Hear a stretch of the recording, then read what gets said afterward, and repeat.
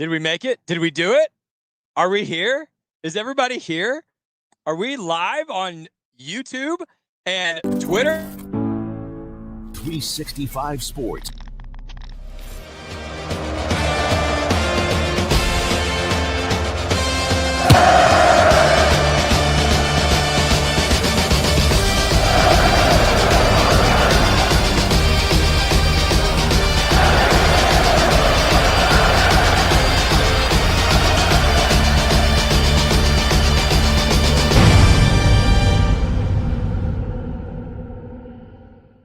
Oh, yeah! We are all the way here, baby. Live from McLean Stadium. Actually, to be specific, Brazos Parking right across MLK from McLean Stadium. This is the Green and Gold Game Day Show, and we are in the tailgate hour. You want to come join us? Get on down here to Brazos Parking, Camp Fimfo Tailgate. Southern Roots is here with the best beer in Waco. Blake Blackmar is here smoking up a storm on the barbecue pit. And we, 365 Sports and Rogue Media, are on location to give you the best, the premier pregame show as the Baylor Bears get ready to take on the Samford Bulldogs here in Waco. My name is Scotty Swingler.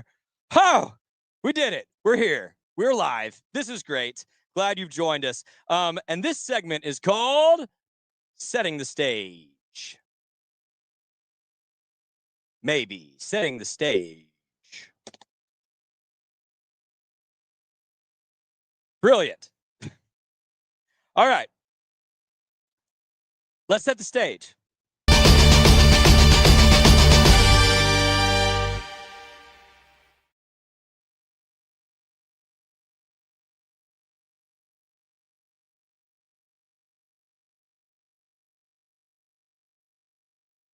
YouTube. There they are. Thank you.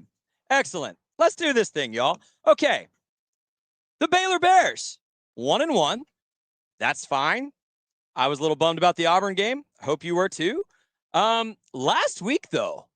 Last week, how about that game? How do you feel about that game last week? I got to tell you, I have never come off a road come from behind victory against a ranked team more, I don't know, conflicted, confused, mixed emotions going on, right, than I was last week when Baylor left Dallas. Because on one hand, oh my gosh, win city, baby. Win, win, win, okay? If Baylor wins every game like that but goes 11-1, I'm cool. I'm good. Win's a win. Come from behind win at that. Overtime win, even better. But, dadgummit, do we have to go down by 14 every time we face a ranked opponent in the first quarter? Man, the Bears have a lot to prove today. Now, Samford doesn't roll into town like Auburn, pumping their chest, thinking that they're going to win this football game.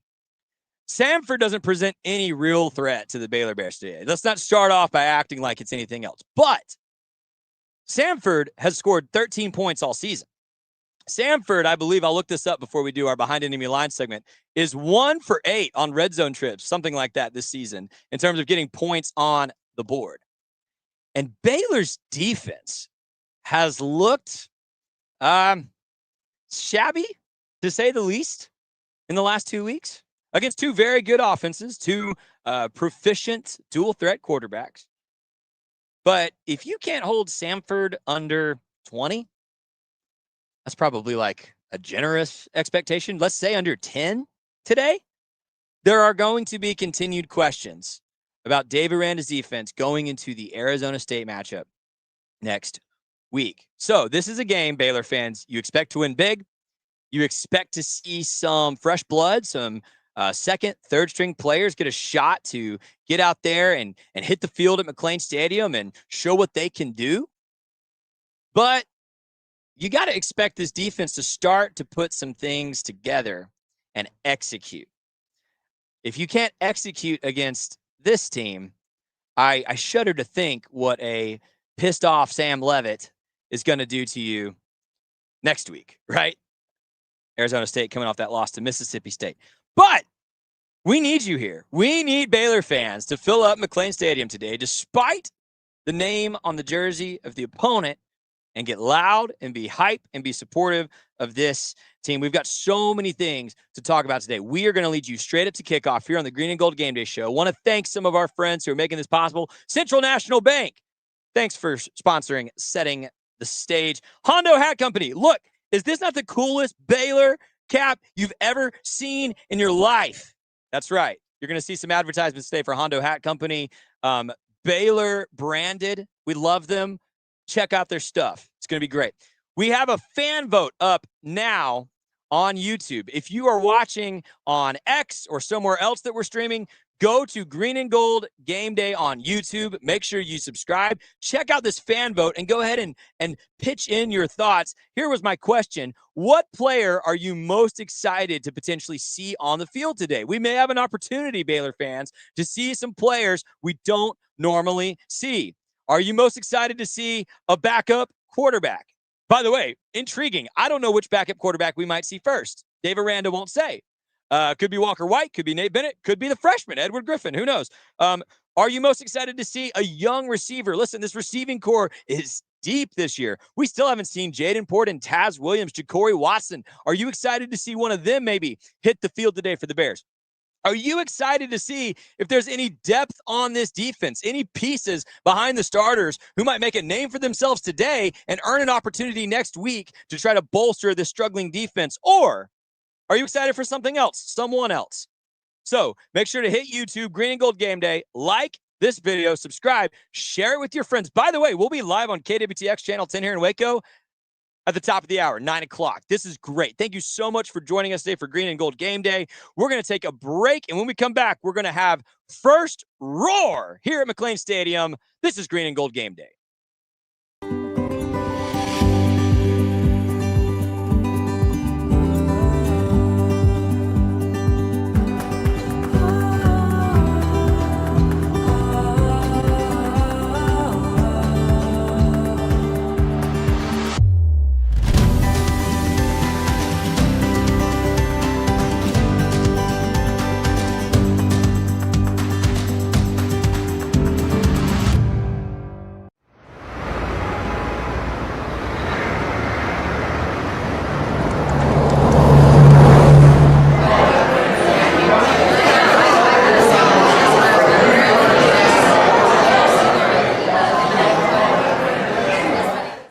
Hello, guys. Welcome back to Deer Sports. I am so pumped to be back in the podcast world and filming season 2 of Deer Sports. On this podcast, you're going to find stories from former and current athletes about their journey through sports and the impact it has made in their life. Make sure to subscribe on YouTube and follow our Instagram and Twitter to stay updated on all things Deer Sports.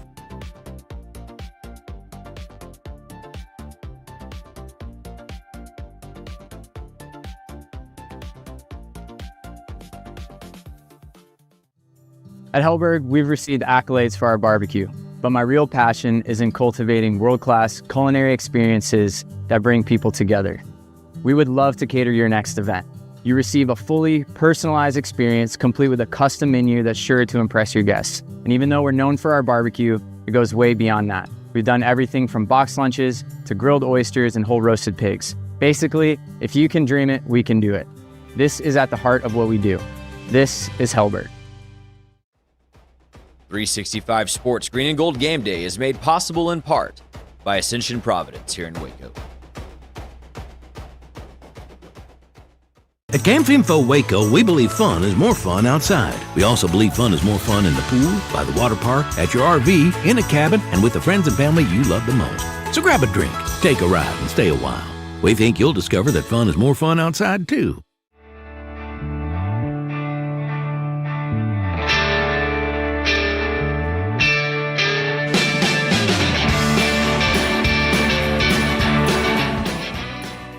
Welcome to a special edition of the Doomsday Podcast, coming to you from the Star in the players' meeting room with defensive coordinator Matt Eberflus. You now have two responsibilities this year that you didn't have last year, and that's being a first-time head coach and calling plays for Dak Prescott for the first time.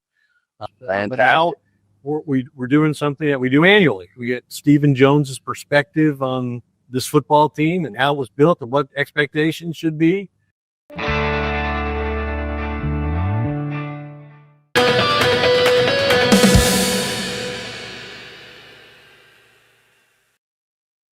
Welcome back to Green and Gold Game Day. Once again, want to invite you to like and subscribe on YouTube so you catch all the Baylor pregame action here with 365 Sports. Thanks so much for joining us. My name is Scotty Swingler, and this segment we're going to call First Roar. Here's why. Because I'm going to bring on my old college buddy, Michael Bartlemy, and every week before the Baylor home games, we're going to pick a random topic, and I mean random, and we're going to yell at each other about it because that's what you do when you're longtime buddies and when you talk college football. So let me bring him in. Michael Bartlemy, everybody. Hey, let's do it. Let's do it. So, Michael, it has been 11 years since our senior year football season, 2014. We opened McLean there on the front row of the student section together. We did. And it's been 11 freaking years, which is unbelievable. And the other thing that's going on is Baylor's best player on the defensive side of the ball is one number 11, Keaton Thomas. We love Keaton Thomas. So today I thought we should hash this out. Who are the 5 best Baylor Bears of all time to wear the number 11? Michael, you're our guest. Would you present your top 5? Yes, I would love to. I took a couple liberties with this list, notably that one of my people did not always wear number 11, but I'm taking his whole career as my thing, which is number 5. I have Taylor Young. You know him, you love him. He put Baker Mayfield in the torture chamber, and we loved it. Number 4, I have Gary Bohannon.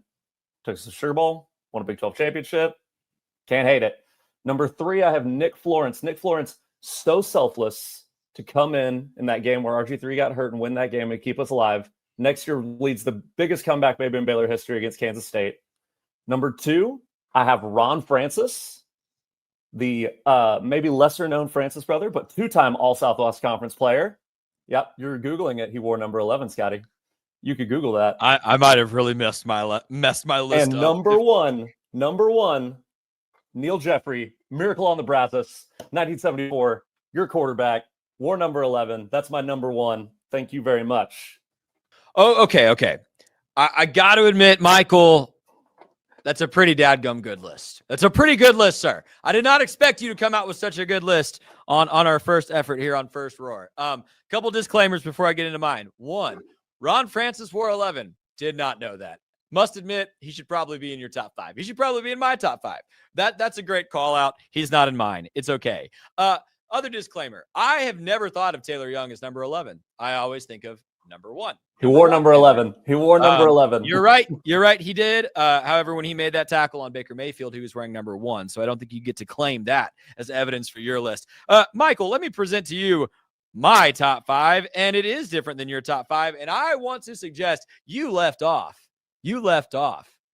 arguably the best number 11 of all time. He's number 2 on my list. Here we go. Number 5. I'm going to go ahead and say it. Keaton Thomas. Keaton Thomas is my number 5. Expecting this man to be a first-team All-Big 12 performer this year, potential All-American, outstanding, going to be a huge core piece on this Baylor defense. Number 4, our lists are the same. Gary Bohannon. How can you not? Led the team to its best record ever, Big 12 championship. We know Blake Shapen played in that Big 12 championship game. Not taking away from that. Bears never get there without Gary Bohannon. Also a Sugar Bowl victory as he was quarterbacking. Number 3, I agree with you again. Nick Florence. Cannot deny the man was a great quarterback, especially engineering that Art Briles offense. My favorite stat about Nick Florence, he had more total yards in the regular season than Heisman winner Johnny Manziel did that same season. Number 2, 1, Sean Bell. Michael, did you know that Baylor was 3-1 in Big 12 play when Sean Bell tore his ACL to take him out his senior year? Baylor had not gone 500 or better in conference play since 1995. And in 2006, 3-1 in Big 12 play when Sean Bell tore his ACL, knocked out for the season. Bears lost 4 straight, never recovered. Baylor was going to break that bowl drought in 2006 if Sean Bell had not torn his ACL. By the way, left the school with all the passing records. And can you imagine if that man had had an Art Briles offense just a couple years later? My word. Sean Bell, my number 2, and number 1, you got this one right, partner. Neil Jeffrey, cannot deny. First conference championship in 50 years, kicked off the great years of Grant Taft, drafted by the Chargers. Neil Jeffrey, we agree. I did not think we'd agree this much, partner. Well, I do have a few other ones that I didn't get on the list that I flagged, which was Terrence Lloyd, who is top 10 all time in sacks at Baylor. I flagged it, and then I didn't put Sean Bell specifically to make you mad. Now, wait a minute. Sir, this show has journalistic integrity. I need you to be objective. Hey, we're here to create lists. This is about list making. I need you to be objective with your list. Do not take my GOAT off your list just out of pettiness. Petty spite. We're going to replace you before the next home game. I'll name another one that was not on either list, but deserves some consideration. Big number Phil Taylor wore number 11. Big Phil Taylor. Is that so? Drafted defensive tackle from I'm not Penn going to State. lie to you. I didn't have that one. I Big probably would have picked Phil Taylor as my number 5. Phil Taylor wore number 11. I feel bad now. I didn't flag Phil Taylor as going through. I probably would have made it above Taylor Young on my list if I could redo it. We got you. Anything else about number 11s in Baylor history, Michael? No, I think that Keaton Thomas is going to have a big season, man. I think he's going to have a big season. The one thing that you can always count on with Dave Aranda is his linebackers. Dave Aranda makes great linebackers over and over and over again. And he's got Keaton Thomas as his next great one. What do you think Keaton Thomas would have to accomplish this season in order for us to put him in that upper echelon? Because no doubt he's already one of the best in school history, but This is probably the deepest position in school history when you consider from Singletary and James Francis, Bryce Hager, Eddie Lackey, even more recently, Taylor Young, freaking Terrell Bernard. I mean, my goodness, what does he have to do to get in those lists? I think 3 things have to happen. One is 2 of them are objective and 1 of them is subjective. One of them is, I think he's got to be first team all Big 12. Just done. 2, I think the team has to be competing for a conference championship at the end of the year, and potentially a playoff spot. 3, and this is the one that is really subjective, and you could tell me, like, when Eddie Lackey was on the field or when Terrell Bernard was on the field, it was like, there's 3rd and 1, and this dude's going to slice through the offensive line, tackle the running back 3 yards behind the line of scrimmage, and you feel good about that happening. Couldn't have said it better myself, Michael. Just remember now as we sign off, Nick Florence, by the way, new Baylor color commentator, Nick Florence. We love it. Nick Florence, God love him, I love him, went 4-5 in conference play with Art Briles and Terrence Williams on the outside.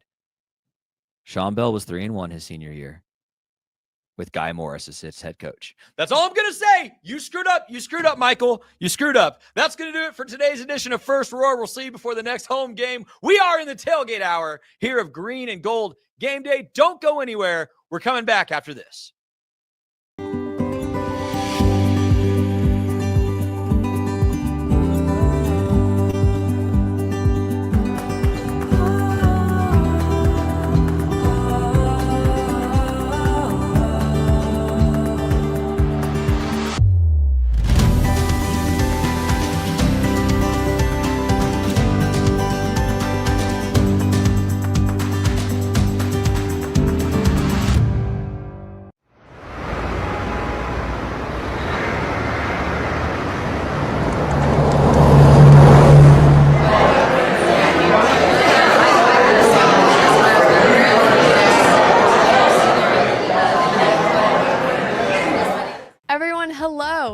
Welcome back to Deer Sports. I am so pumped to be back in the podcast world and filming season 2 of Deer Sports. On this podcast, you're going to find stories from former and current athletes about their journey through sports and the impact it has made in their life. Make sure to subscribe on YouTube and follow our Instagram and Twitter to stay updated on all things Deer Sports.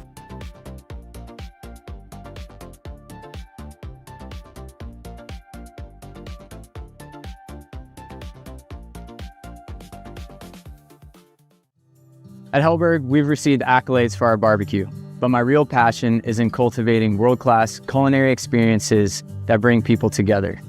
We would love to cater your next event. You receive a fully personalized experience complete with a custom menu that's sure to impress your guests. And even though we're known for our barbecue, it goes way beyond that. We've done everything from box lunches to grilled oysters and whole roasted pigs. Basically, if you can dream it, we can do it. This is at the heart of what we do. This is Helberg. 365 Sports Green and Gold Game Day is made possible in part by Ascension Providence here in Waco. At Game Info Waco, we believe fun is more fun outside. We also believe fun is more fun in the pool,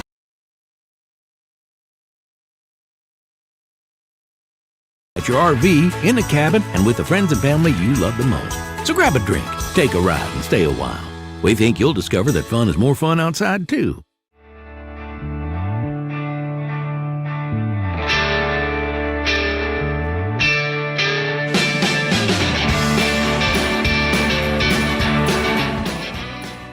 Welcome to a special edition of the Doomsday Podcast, coming to you from the Star in the players' meeting room with defensive coordinator Matt Eberflus. You now have two responsibilities this year that you didn't have last year, and that's being a first-time head coach and calling plays for Dak Prescott for the first time. But now we're doing something that we do annually. We get Stephen Jones's perspective on this football team and how it was built and what expectations should be.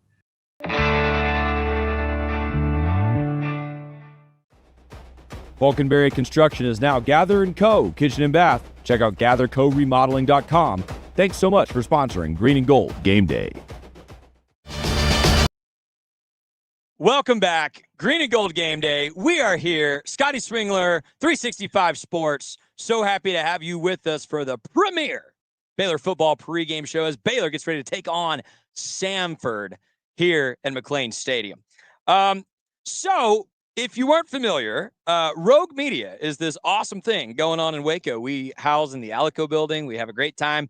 Daily shows, weekly shows. I host a podcast called Please Bear With Me. We have Matt Mosley now, who hosted a show for 7 years here on 1660 Central Texas. ESPN Central Texas hosts a show every day. And we have another guy who you may know from KWTX. Pete Souza has a daily show with us at Rogue Media. It is called, cleverly named, The Pete Souza Show. And I asked my buddy Pete to make 3 predictions about today's game. Let's throw it to Pete and see what he has to say.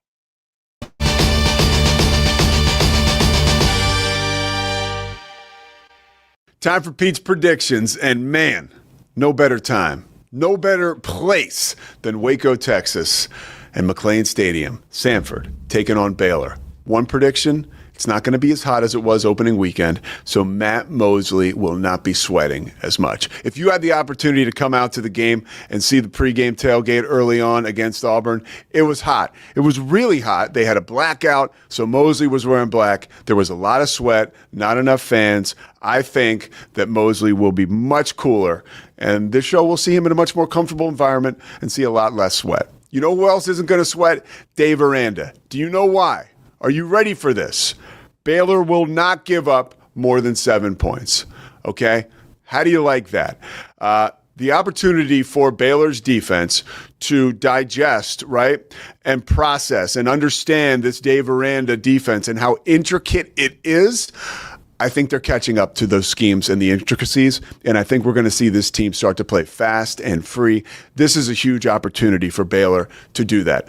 I've talked ad nauseum, if you watch the Pete Souza show and on Inside the 12, which I do for the Big 12, that Baylor's non-con schedule so far has been probably the toughest in the country when you look at that they played a ranked Auburn team, Auburn's ranked now, and an SEC or an SMU team, that is coming off a college football playoff appearance and was ranked at the time.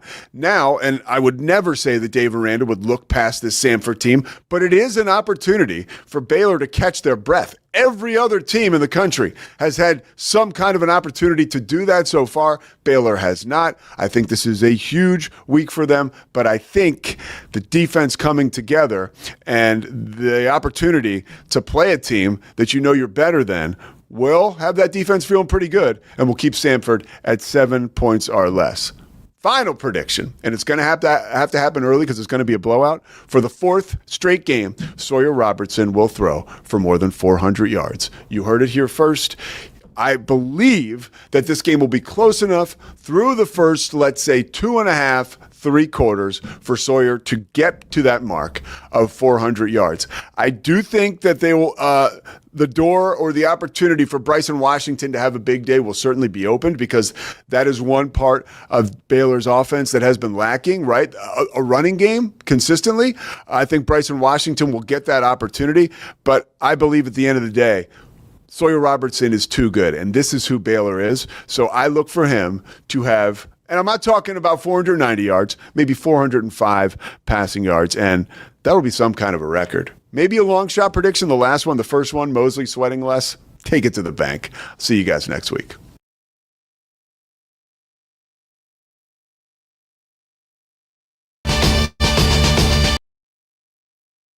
Green and gold game day here at McLean Stadium. And Pete Souza, okay, let me rank his predictions here. His best prediction was Mosley will not sweat as much. That is facts. It is much nicer out here this morning than it was late afternoon a couple Fridays ago against Auburn. Great weather today. Fantastic prediction there. Second prediction, he said that Dave is not going to sweat it.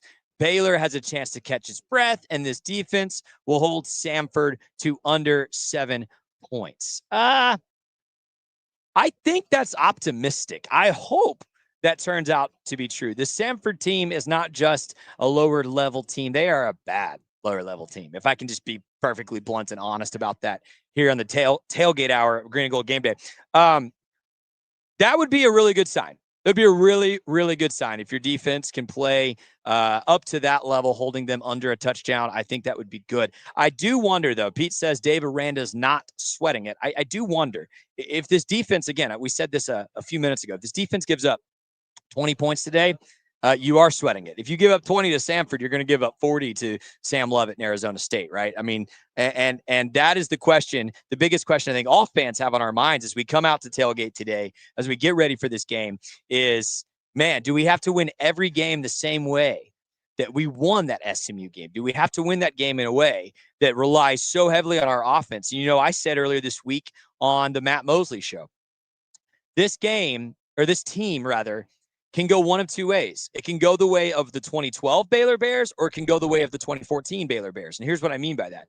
The 2012 Baylor Bears had one of the most explosive offenses in the country. In fact, you may have forgotten this. In 2012, Nick Florence had more total yards going into the Heisman ceremony than Johnny Manziel did, who won the Heisman.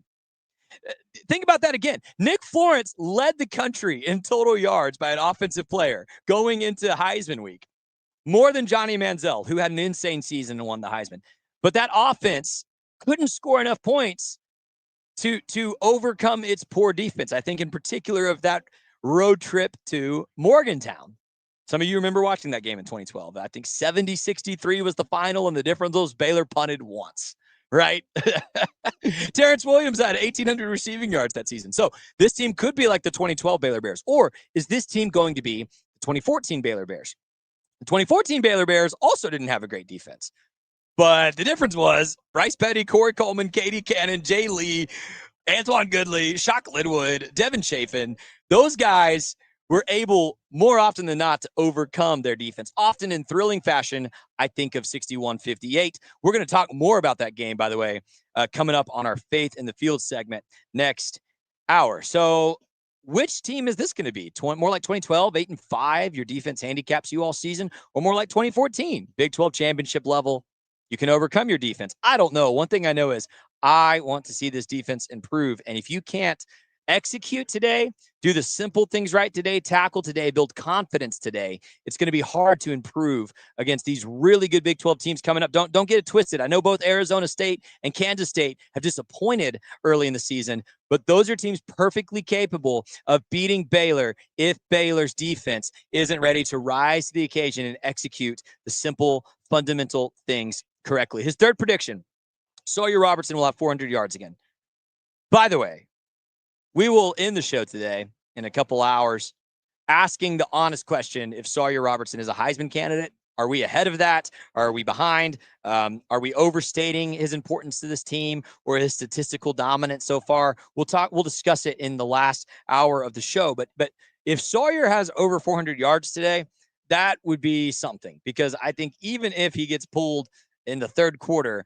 That's a lot of yards to rack up by quarter 3. And I almost think where I would push back against Pete here, I almost think it's more important to establish your offensive line's confidence and Bryson Washington's confidence. Because the last 2 weeks, if defense hasn't been your primary concern, I think for most of us it has been. Offensive line and the inability to establish the run, that's been your concern. It really has. It has been shocking to me, the lack of cohesion along that front 5, especially because they played so well in the back half of last season. And, it happens against Auburn, and you can excuse it. We can talk about SEC strength, linemen, blah, blah, blah, all the narrative, right? But shouldn't have happened against SMU. SMU's defensive line should not have their way with Baylor's offensive line. SMU's defense should not be holding Bryson Washington under 4 yards a carry. And I think that's almost more important to figure out on offense today is what you have with that team there. So there's my reaction. Pete's predictions. Thank you, Slovaceks, for sponsoring Pete's show. By the way, thanks, Southern Roots. Southern Roots, sponsor of today's show. They're right out here at the Camp Fimfo tailgate. We want you to come see us. There's a good crowd here. We are next to the Sikkim 365 tailgate. We are at the Camp Fimfo tailgate. It's a beautiful day. There's not a cloud in the sky. The weather's fantastic. People are starting to come in. You're going to see the traffic behind me increase as the show goes on. Come see us. Get a beer from Southern Roots. Get some barbecue from Blake Blackmar. Come say hi to 365 Sports and Rogue Media as we produce the Green and Gold Game Day Show. This is the Tailgate Hour. Coming up next hour, Matt Mosley, Faith Lynch. We will talk to Baylor legend Alfred Anderson. We will talk to Baylor kickers John Mayers and Chris Callahan about what it takes to kick game-winning field goals. And then the final hour today, we will make all the predictions, break this game down for you, talk about the Big 12, and get us ready for kickoff on the Green and Gold Game Day Show. I want to check really quickly the hour 1 fan vote. I don't know how many people voted on this. We pitched it when we came up. Here we go. Who are you most excited to see on the field against Samford? We are tied right now. Again, 11 votes. So you could go swing this vote right now. If you're watching on Twitter or Facebook, head over to Green and Gold Game Day on YouTube and vote. Right now, it's a tie between backup quarterback and defensive depth pieces. I would say for me, I am probably most excited to see the backup quarterback, or I really like this receiving core, y'all. And I don't even think we've scratched the surface of just how deep it can go. I think Taz Williams is a dude. Everything about, they call Jadon Porter NFL or league, right? That's his nickname because he is just balling out at practice. Ja'Cory Watson getting rave reviews from teammates, a talented freshman as well. I love seeing those next pieces and getting those guys an opportunity because there will be several pieces on that receiving core to replace next season. Thanks so much for voting. Hey, I'll just tell you, part of the vibe or the ethos of this show is we want you to participate. So make sure you follow Green and Gold Game Day, you subscribe on YouTube, and you vote in these polls so that we can keep the engagement coming. And again, come out to set. We're here. We've been here since 6 o'clock this morning. We will be here right up to kickoff, and we will have Faith Lynch, Matt Mosley, Alfred Anderson. I saw Seth Russell a few minutes ago over here hanging out with Blake Blackmar by the barbecue pit. Baylor legends abound all over the place. There's no better place to be than Green and Gold Game Day. Man, who sponsors this show, Kevin? We need to thank them too. Hondo Hat Company. You like the hat? You can get one. Hondo Hat Company. We want to thank Central National Bank. We want to thank Slovaceks. We want to thank Ascension Providence. Ascension Providence. Just because the other place has the name Baylor on it doesn't mean it's better. Go to Ascension Providence. Particularly want to thank Becky over there for sponsoring the show. We want to thank Gather & Co. Bathroom and Kitchen. My friend Kelly Falconberry. If you've heard of Falconberry Construction, they've rebranded Gather & Co. They're awesome. Their ideal is to make home a space you want to live in. They specialize in the outdoor pergolas, outdoor kitchens. They specialize in like senior living, accessible bathrooms. If you need to remodel a bath, an outdoor space, check out Gather & Co. Man, McLean Stadium, Waco, Texas. No better place to be Green and Gold Game Day. You've joined us. We thank you again. At 9 o'clock, we'll be live here on YouTube, here on X, on KWTX locally. You can follow Rogue Media all week to get the very best Baylor football content. Please bear with me. It goes live at 5 o'clock tomorrow night. That's me and Baylor legend Terrence Ganaway. We'll recap the Samford game, look ahead to Arizona State. And then Faith Lynch has a show, Dear Sports, every week. Matt Mosley every day. Pete Souza every day. We want you to come be part of the family at 365 Sports and Rogue Media. Last thoughts before we take a break. My producer's saying something to me. I don't know. Oh, that is good to talk about, I guess. Yeah. Tailgate hour. Vibes are casual. Who is going to step up on that defensive side of the ball? Here, this is called fan feedback frenzy, but we don't have any fans here yet. Who's going to step up on the defensive side of the ball? Kevin. Who's going to step up on the defensive side of the ball today? Shrugs. I agree. Okay. Who? This is the problem. Morgan, heard. Caleb Burns. Faith Lynch nodding her head. Think we need to see something from Caleb Burns today. I'd really like to see Tyler Turner take a step today. I think that would be good. Safety transfer from Oregon. Of course, we're missing Devin Turner this season, the transfer from Northwestern, who was projected to start at that position, tore an ACL. We will have him back next season. I'd like to see Tevin Williams make a pick today. Yeah, I'm getting some nods from the people around here. Tevin Williams needs a pick today. I would like to see Keaton Thomas get a Mike Singletary-esque 25 tackles today in 2 quarters of action. That would be a Singletary-esque performance for Keaton Thomas. I think that would be good. Who else? Marion Winston, sacks would be good. We need a lot of sacks today, by the way. 3+ sacks, says our producer Grant. I think 3+ sacks would be good. Yeah, bottom line, you got your butt kicked in the trenches against Auburn. You got beat in the trenches against SMU. Like, this is the time for your offensive and defensive lines to establish a little confidence, a little bit. We do not want to see any sign that Baylor's front 7 or front 5 on the offensive side can't mow these guys over. Just want to be candid about that. Again, coming up on the Green and Gold Game Day show at 9 o'clock, Faith Lynch, Matt Mosley. They are going to ask you what signifies success for Baylor today. Make sure you go to Green and Gold Game Day on YouTube. Check it out. Vote in that poll. Matt Mosley is going to deliver what Matt Mosley does. We'll talk with Matt. Whatever's on his mind, he's going to tell us, and we'll engage with that. Then we will have Baylor legend Grant Taff, running back legend Alfred Anderson, join us at approximately 9:20. Approximately 9:20, Alfred Anderson will be here on the set with us. If you want to come meet Alfred, meet Blake, come to the Camp Finfo tailgate. Join us here at the Green and Gold Game Day show. We're going to take a break.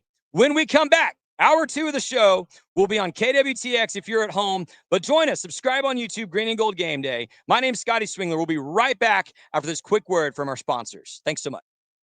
At Hellberg, we've received accolades for our barbecue, but my real passion is in cultivating world-class culinary experiences that bring people together. We would love to cater your next event.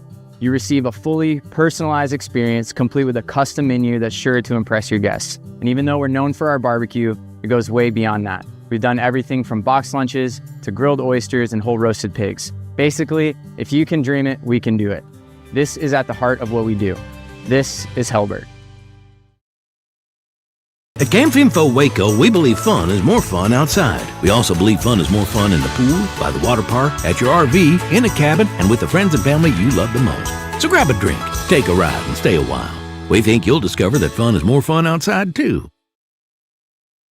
I mean, yeah, a new coach comes in, they're going to churn the roster. I think that's just we've got all these transfer portal stats and what Dion did and what Fritz has done. I mean, that's the deal, man. That's the game that's being played nowadays. Maybe a little bit unknown at quarterback. I mean, unknown to the rest of the world, but, you know, he dove into the portal and got a guy who is super, super athletic. South Dakota State's really good. Give us a little bit of breakdown about what they can do and what Oklahoma State needs to be worried about. But look at that form right there. I need to say nothing else about this because I found one. When Central National Bank decided to partner with Baylor women's basketball, we didn't know exactly what that partnership would look like. What brings you into the bank today? For the last couple of months, I've been noticing a charge on my account, and I would like to block it. I see. So you have a charge? Yes. And you'd like to block it? Yes. I think you should take the charge. What? Yeah, I definitely think you should take the charge. I don't think you understand. Sometimes you just have to take one for the team. Is there a manager available? We love that Coach Collin is all about the team.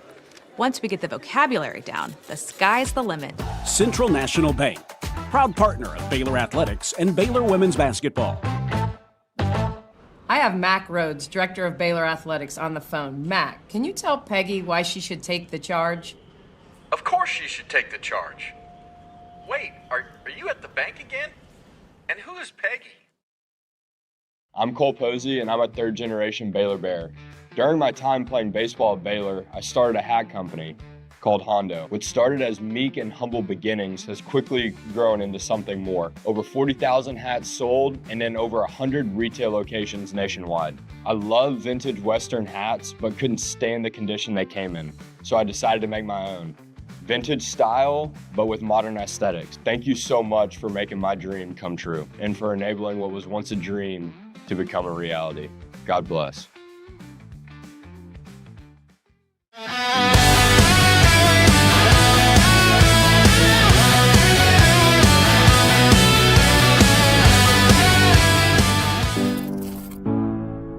.365 Sports.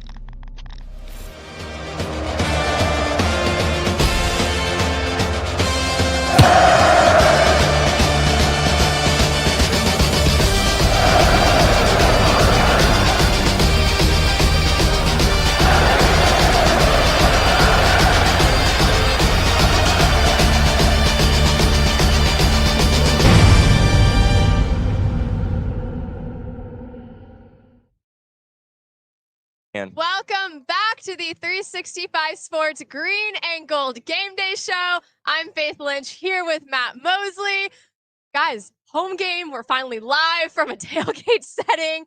Matt, I'm pumped. Thanks for being here today. Thanks for driving and hanging out. Yeah, it's great. Glad you have the depth chart over there because you're going to have to get way down on the depth chart today. And it's going to be a fun day. Samford, they're in town. They've made it in. They're going to try to make it a game. And I do think they're going to come out throwing haymakers. And so it'll be fascinating to watch how this goes. But I think the Bears are, there's a lot of things they can work on today. And I don't want to make this out to be a scrimmage because this is a real game. But boy, they've been in a bad way. These guys have been in a bad way. Yeah. And the thing is, they know what this is. This is a money game. They're coming to pick up a check. But as we've seen, some teams that do that will actually throw some punches and make some plays and that kind of thing. And that's why the Bears need to take care of this one early. I agree. That kind of leads us into our fan vote. I'll go ahead and launch that for hour 2. What signifies success for Baylor today? Any win by a convincing margin, mistake-free football for all 3 phases, holding Samford to under 10 points, or second and third string players getting playing time. So we'll go ahead and launch that. Make sure you interact with that. We'll talk about the results at the end of hour 2.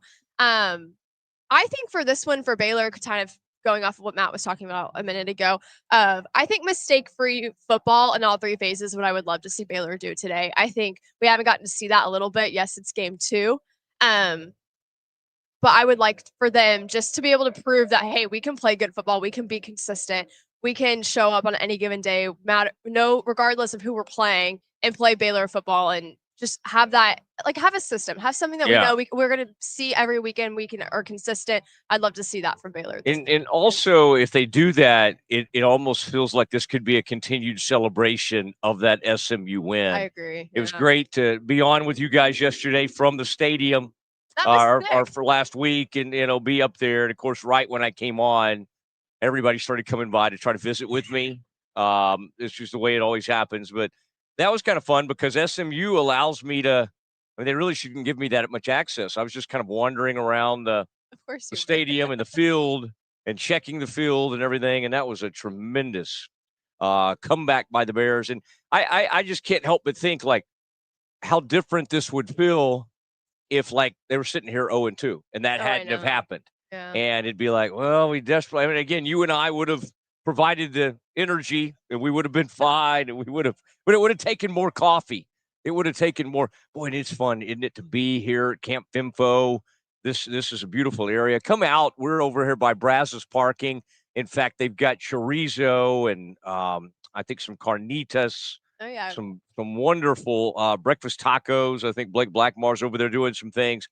And so come see us out here. And again, it's just Brazos Parking right across MLK from the stadium. And this is a nice set. And The weather's I nice feel today. like maybe, like the last time we were out here, there was a little bit more chaos. I'm an agent of chaos. I don't mind that. But I do feel like this feels like smoother and that kind of thing and everything. And you kind of see behind us traffic starting to show up. This is kind of they're easing into this on this morning. But I think within about an hour during this show, our whole area will fill up. We will not have the Auburn fans. The Samford fans may line up and have a few drinks, but they do it like in a special cup, or they don't want to do it in public. I think they're even more Baptist than the Bears. This is two Baptist schools getting together. It Is that correct? Yeah. I And did believe you so, say yes. fans can interact with us? Like They I can, am. yeah. Okay. I do want to hear their comments, and then our Twitter handles. They can Yes. they can also add us in Yeah, that regard. please At do. Matt Mosley. Faith Lynch with 3 Yeah. H's, all the things. But let's go ahead and get into Mosley's mind a little bit and dive into what Matt thinks is going to happen on the field. Talked about a little bit getting into that depth chart again, but we'll just dive into that segment, and I'll be here to answer your question. Thank you, Faith. Yes, I'll be calling on you. Yeah, it's mesmerizing to look over there and see all the things you have on that screen. To go even 4 deep is what you're going, and the Bears hopefully Mosley's mind. I like to look at all these cameras. Alfred Anderson is on the set. That's going to be exciting right over there as we begin Mosley's mind. I mean, that is, and Faith, you brought him over today, and I mean, you talk about legendary. Yeah. And 8-year career with the Vikings. Vikings looked okay in a comeback fashion the other day, but boy, I mean, he is a man that was so great both here in Waco. He went to high school here, was a legend. And so that's going to be fun in our legend segment coming up. So I did want to tease that Alfred, hopefully we got Alfred something to eat. No, we'll hold off for just a second. And then Alfred, look at him. He's always ready. He thought he was being called upon. But as we continue Mosley's mind, Faith, I would just say some of the names you need to look for today from the Bears. Michael Turner, Kamar Morgan, the young man Knighton that we've been, we've already seen, but boy, maybe in more of almost like a leading role today. Clough is the last name you want to look for. Cluff is a freshman. They have recruited so well in 2025 that some of these guys are like ready to contribute immediately. And like today is their day. Absolutely. And with the red shirt rules and everything, in a game like this, you could get a ton of people into the game. And so I'm looking to see some of these backup quarterbacks, in fact. I mean, what you want is to play well enough where you really don't have to play Sawyer in the second half. Now, how do you balance, Faith, a Heisman campaign with the need to keep him healthy and keep him clean? Well, one way you do it, and by the way, it's like I want his numbers to continue to go crazy, but I also think today needs to be about fixing the run game. I think today needs to be about getting the offensive line, getting the O-line, whether it be double team blocks or some of the different things they're working on. They need to run. They need to have success. And if they run for 300 or 400 yards today, it's not like we're going to say, well, they for sure have it fixed, but maybe they could move in the right direction. And I just think this team so far this year has been so reliant on Sawyer that it is going to cause teams to stay back and not worry as much about the run. And so I think today is about unleashing. It's like get some of those young players into the game, but I think there's a balance because it's like I want Sawyer to keep putting up those numbers. I agree. I think this is one of those games, as just a former athlete, of what our coach would always tell us of like, look, as a starter, as an upperclassman, today is your time to go out, start well, start hot, play clean football. So then you can have your guys behind you come in and do their thing and get more reps. You know, you'd love to see a redshirt freshman have 2 games under his belt before he gets to be here next year. You know, like you want to prep those guys, and you want to get them some game experience. And this is also a day you want to try new things. Talk about fixing that run game. We want to try new things this weekend to see if it works in a game like setting. You got to come out and play clean football. Back to kind of that fan vote a little bit of I want to see Baylor play maybe some perfect football, if you want, a little bit, starting out hot and then letting your guys come in and break the ice. I mean, I was a serving sub for Baylor volleyball, and so as a freshman, that was brutal of coming in there cold, never been in a game setting and expecting to make big plays. You want to get those guys in that setting and make them feel a little more comfortable on that football field. Do we have any footage of those early moments of Faith's career? Could we tap into that just a little bit? Would like to see some of that. The shaking hand.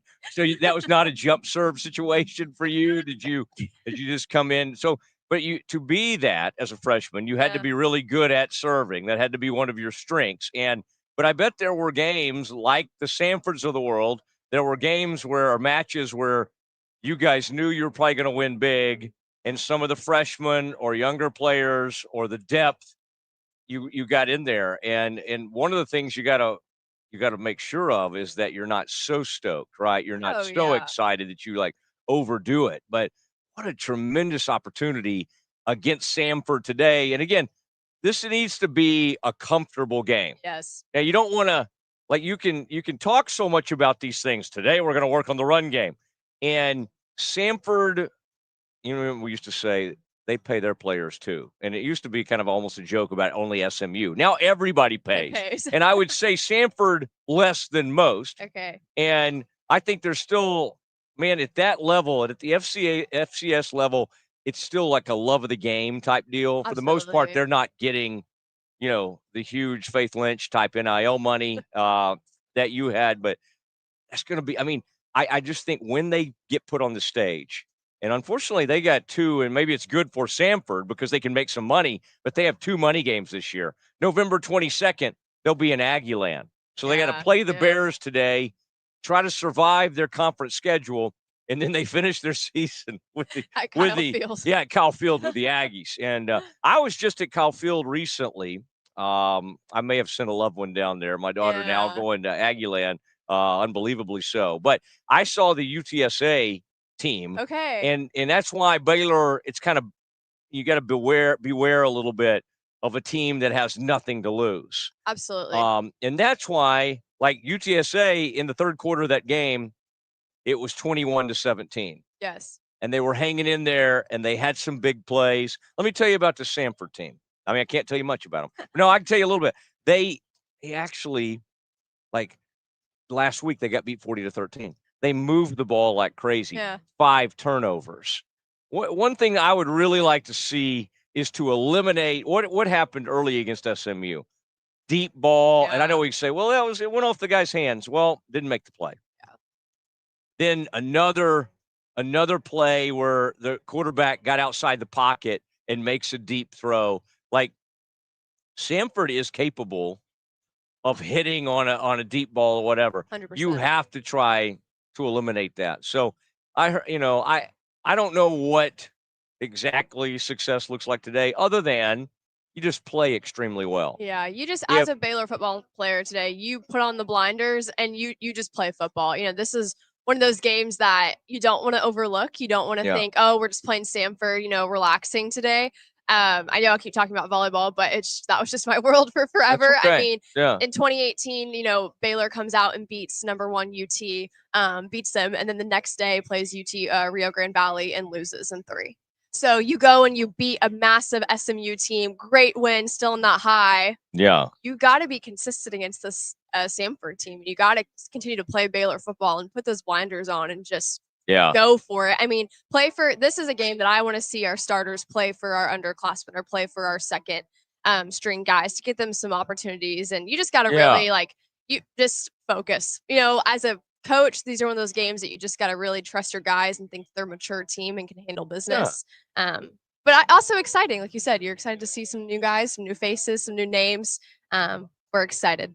Yeah. And I apologize to Coach McGuire that Faith has to bring up such bad memories of He'll get of over it. a loss. I bet he's out there watching this morning. People kind of rousing, getting ready to come out to the stadium. All those coaches from other sports, and I know volleyball's in action right now. A lot going on. I was at a game. Oh, that SMU game.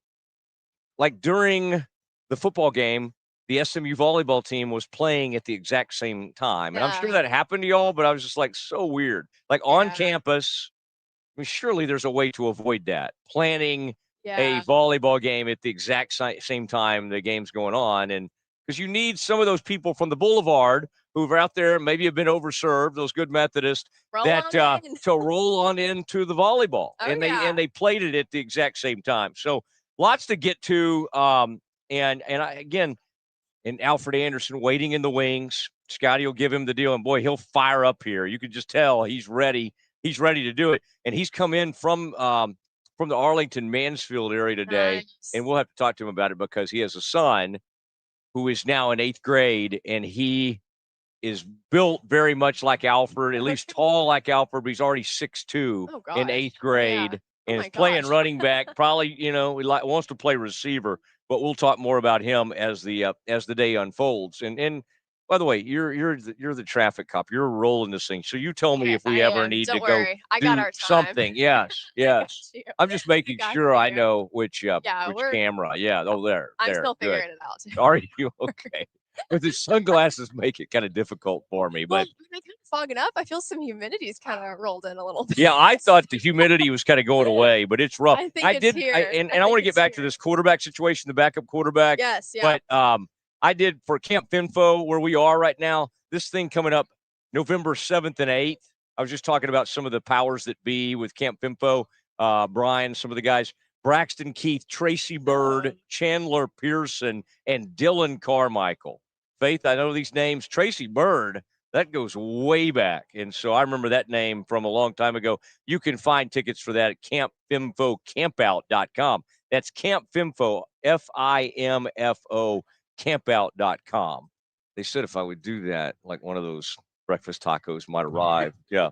So hopefully at some point we could do that. Now, I did want to bring up, and I want to talk more about them. But sure. The Nate Bennett, the Walker White thing, let's get some of these quarterbacks in there, and even Ed Griffin, even a third. Okay, could you get 4 quarterbacks in this game? And as I say that, in the same breath, I was saying, let's show Samford proper respect. But I'm already talking about possibly getting a 4th quarterback into this game. Yeah, so, I mean, it is what it is. One of those things that you just kind of.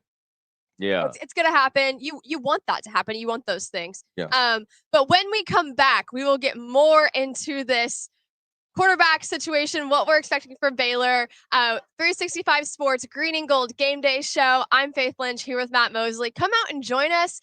We are at the Camp Finfo tailgate in the Brazos parking. Thank you to KWTX and all of our viewers for hanging out with us this morning, starting your morning with us and our Game Day Show. We're very thankful. And more to come from Faith Lynch and Matt Mosley from the Green and Gold Game Day Show. Falconberry Construction is now Gather & Co. Kitchen and Bath. Check out gathercoremodeling.com. Thanks so much for sponsoring Green and Gold Game Day. At Hellberg, we've received accolades for our barbecue, but my real passion is in cultivating world-class culinary experiences that bring people together. We would love to cater your next event. You receive a fully personalized experience complete with a custom menu that's sure to impress your guests. And even though we're known for our barbecue, it goes way beyond that. We've done everything from box lunches to grilled oysters and whole roasted pigs. Basically, if you can dream it, we can do it. This is at the heart of what we do. This is Hellberg. At Camp Finfo Waco, we believe fun is more fun outside. We also believe fun is more fun in the pool, by the water park, at your RV, in a cabin, and with the friends and family you love the most. So grab a drink, take a ride, and stay a while. We think you'll discover that fun is more fun outside, too. I mean, yeah, a new coach comes in, they're going to turn the roster. I think that's just we've got all these transfer portal stats and what Dion did and what Fritz has done. I mean, that's that's the deal, man. That's the game that's being played nowadays. Maybe a little bit unknown at quarterback. I mean, unknown to the rest of the world, but he dove into the portal and got a guy who is super, super athletic. South Dakota State's really good.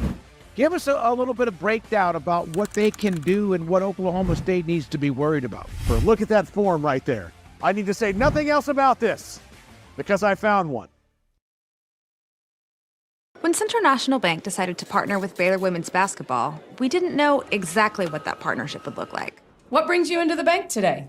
For the last couple of months, I've been noticing a charge on my account, and I would like to block it. I see. So you have a charge. Yes? And you'd like to block it? Yes. I think you should take the charge. What? Yeah, I definitely think you should take the charge.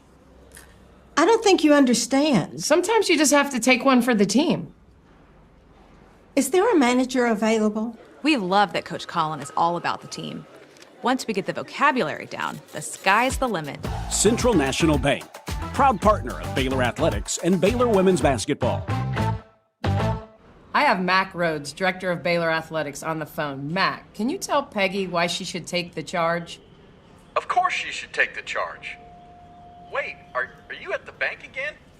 And who is Peggy? I'm Cole Posey, and I'm a third-generation Baylor Bear. During my time playing baseball at Baylor, I started a hat company called Hondo, which started as meek and humble beginnings, has quickly grown into something more. Over 40,000 hats sold, and then over 100 retail locations nationwide. I love vintage Western hats, but couldn't stand the condition they came in, so I decided to make my own. Vintage style, but with modern aesthetics. Thank you so much for making my dream come true, and for enabling what was once a dream to become a reality. God bless.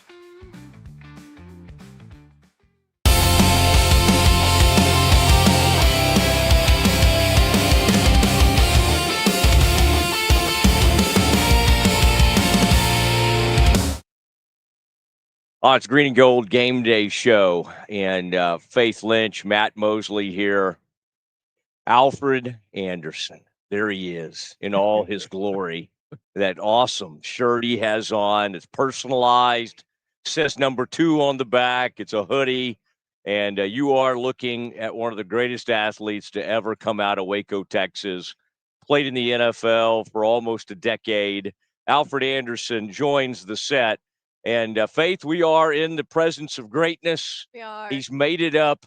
He tried to kind of hold off on this, but I said, Alfred, I think we're parked. I may have even made this up. I said, I think our set's right next to where you're parking. I really was trying to catch him. And sure enough, we got him on his way over to the Letter Winners Association where he likes to hang out.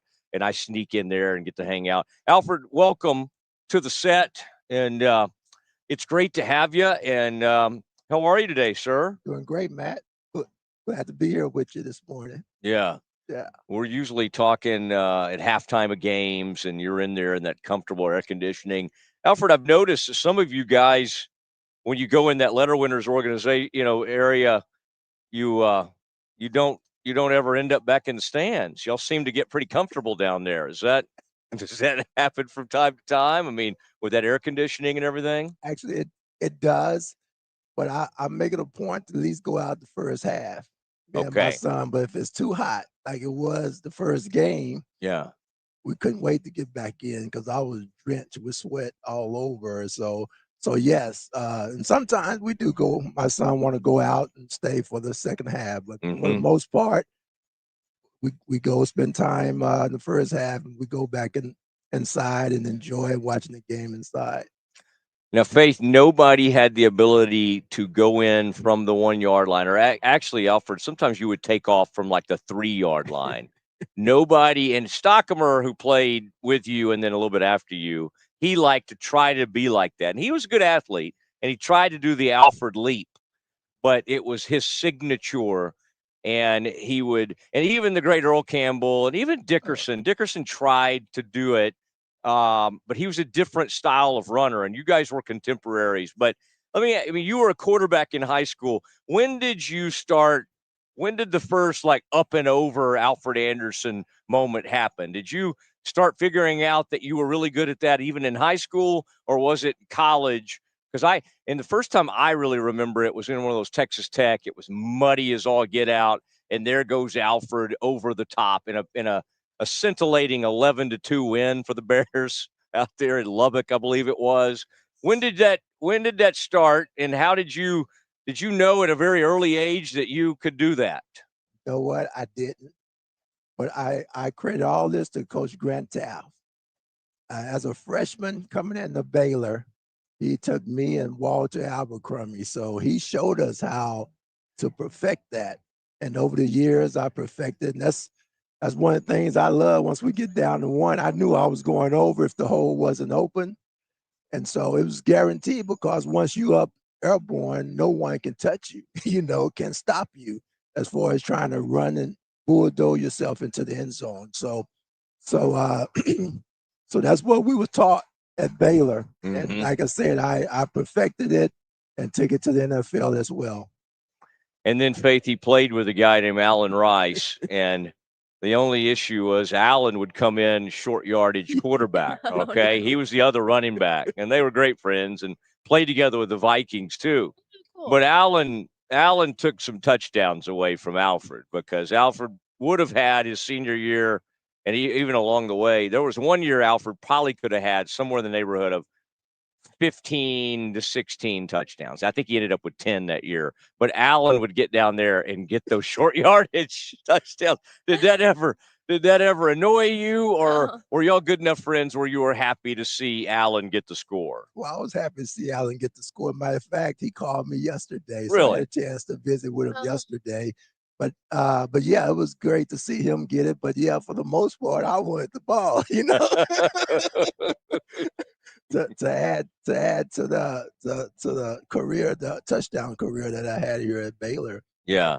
So it's like Grant had this love of the short yardage quarterback situation. And then at some point, Matt Clark came in. He kind of played the role. Alan Rice played the role. And the truth is, you could have played the role because you were a quarterback. But, of course, they were too busy handing the ball off to you. But I would think sometimes, and we'll talk about this because I think we need to take a break here in a second. But, I want to talk about, you having been a great quarterback. I think an injury kind of kept you from continuing that. I think modern day, you might have ended up staying at quarterback. We'll talk about the legendary Alfred Anderson. We'll keep this going a little bit. Faith, back to you. When we come back, more from Faith Lynch, Matt Mosley, Alfred Anderson. Thank you for being here. Thank you to our viewers on KWTX. We appreciate you. Stick around. And when we come back, more from our special guest.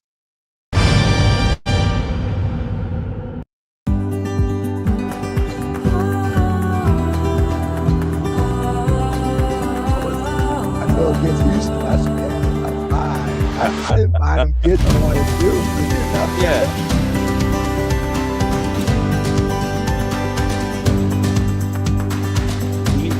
Heard that?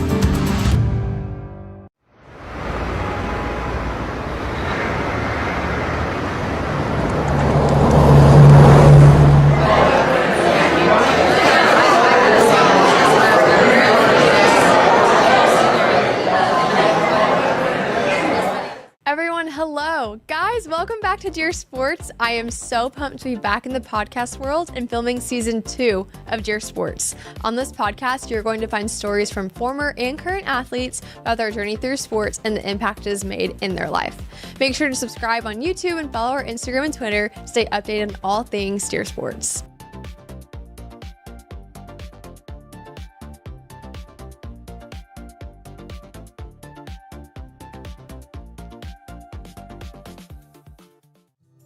At Hellberg, we've received accolades for our barbecue, but my real passion is in cultivating world-class culinary experiences that bring people together. We would love to cater your next event.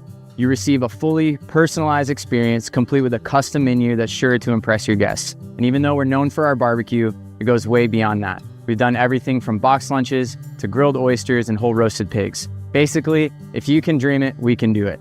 This is at the heart of what we do. This is Hellberg. 365 Sports Green and Gold Game Day is made possible in part by Ascension Providence here in Waco. At Camp Info Waco, we believe fun is more fun outside. We also believe fun is more fun in the pool, by the water park, at your RV, in a cabin, and with the friends and family you love the most. So grab a drink, take a ride, and stay a while. We think you'll discover that fun is more fun outside, too.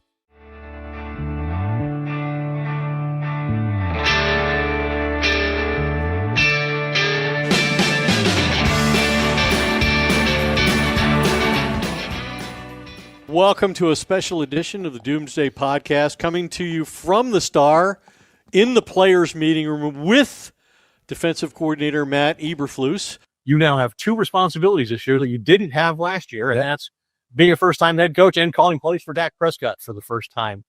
But now we're doing something that we do annually. We get Stephen Jones's perspective on this football team and how it was built and what expectations should be.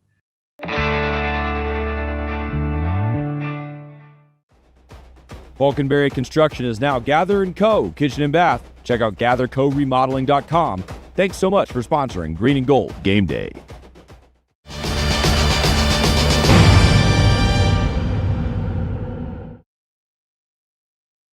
Back to the 365 Sports Green and Gold Game Day Show. We are live from the Brazos parking over here. Come check us out. I am Faith Lynch here with Matt Mosley and Alfred Anderson. Thanks so much for joining us today, Alfred. We're excited to have you here.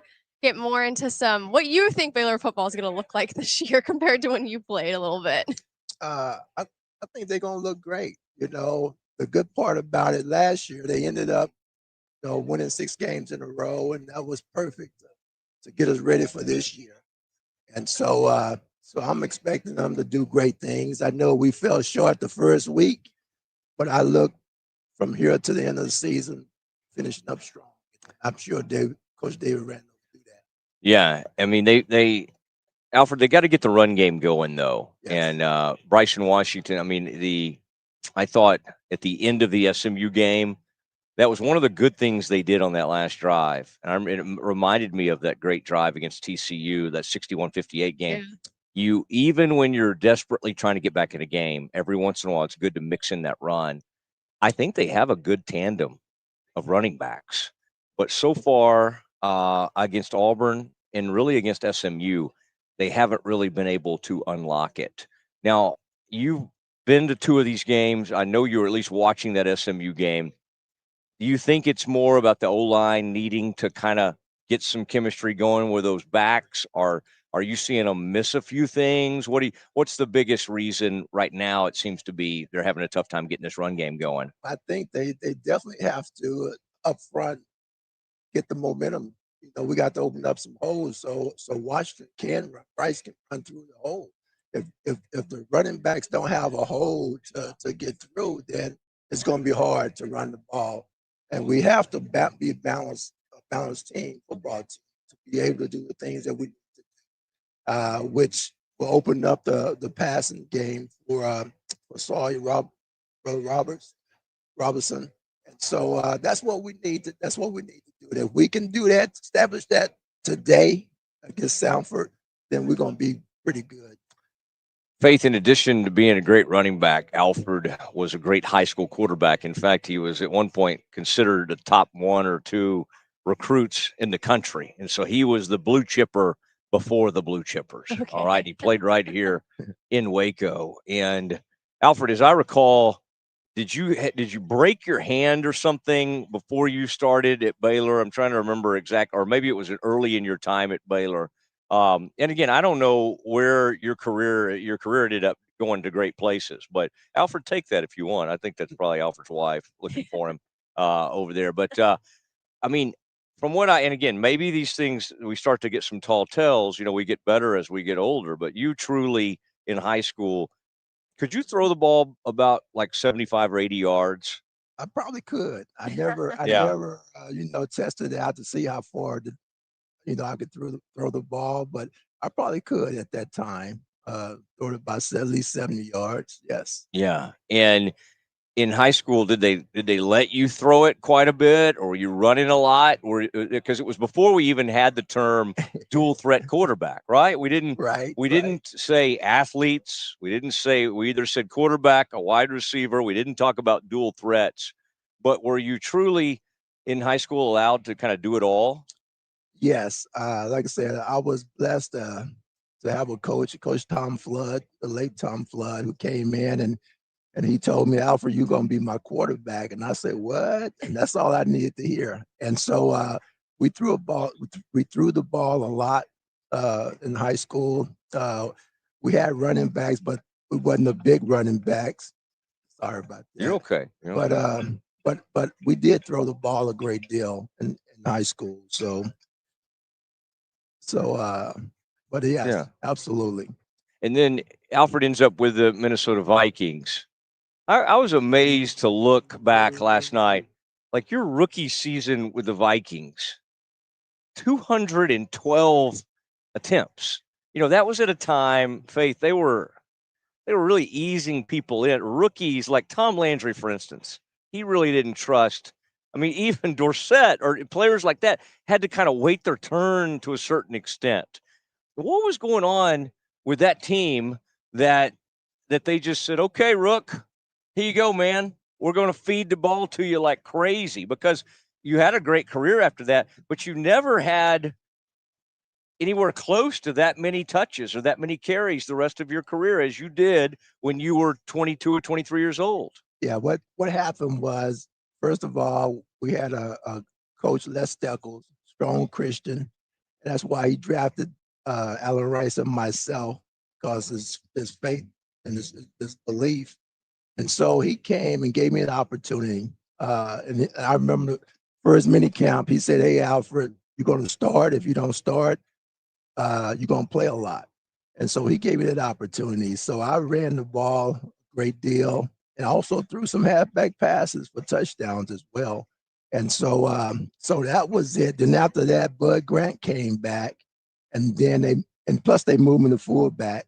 So I was more of a blocking back at that time. So that cut down on me getting the carries to run the ball. So okay, it's just weird that you and Alan Rice end up with the Vikings.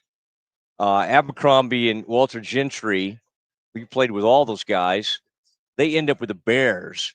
Were people like drafting Baylor people like in pairs? Basically, they're like they were really good together at Baylor. Let's get them here and just let them keep going. Well, I guess they knew we had a good running back program here at Baylor University, and so at one point, I know of my rookie year, I think we were like the number 2 as far as running backs in the NFL during that time. So yes, they were looking at the Baylor running backs during that time. So that was awesome to hear that we were number 2 behind USC. Well, we appreciate you being here, and I can't, in that SMU thing's about to come out, they're going to do another documentary, and like Dickerson and James and all those guys, it's going to be the comeback. But those were your contemporaries, man. The Pony Express and that SMU, I bet, brought back a lot of memories because those were incredible games between the Bears. One of those games made me mad. 82 or 83, they had that Bolden, remember the big tight end or whatever. Yeah, Bolden came out with me. Yeah, beat us 22-19. Yeah. Okay. Nice. Yes. It's good. What do you think about Bryson Washington and some of these younger running backs? Like, what do you expect to see from them? And how do you feel like you want them to emulate their game? Well, I'm definitely looking forward to seeing them have that breakout game like he did last year, run 100 yards. So it would be great to see him break 100 yards today. I think he will today. No question about it. I love that. I think that's good. We'll hear more from Alfred. Thank you so much for coming on today. We appreciate you. We'll be back in a couple minutes. Thank you to KWTX and Green and Gold Game Day Show from Brass Landing Parking. 365 Sports Green and Gold Game Day is made possible in part by Ascension Providence here in Waco.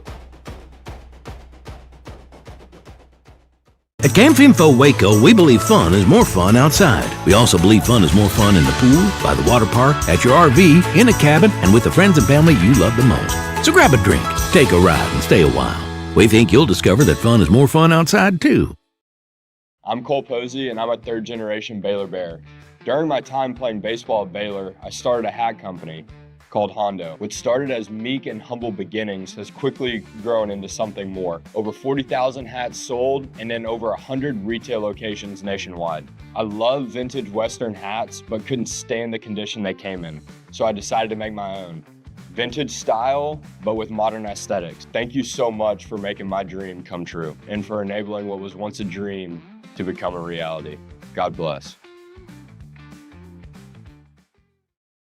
I mean, yeah, a new coach comes in, they're going to turn the roster. I think that's just we've got all these transfer portal stats and what Dion did and what Fritz has done. I mean, that's the deal, man. That's the game that's being played nowadays. Maybe a little bit unknown at quarterback. I mean, unknown to the rest of the world, but he dove into the portal and got a guy who is super, super athletic.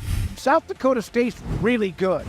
Give us a little bit of breakdown about what they can do and what Oklahoma State needs to be worried about. Look at that form right there. I need to say nothing else about this because I found one.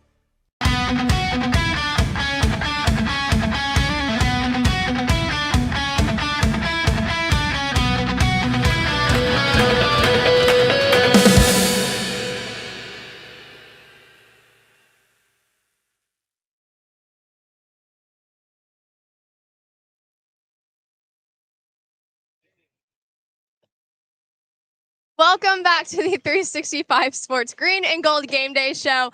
I am Faith Lynch. Thank you so much for tuning in with us on KWTX.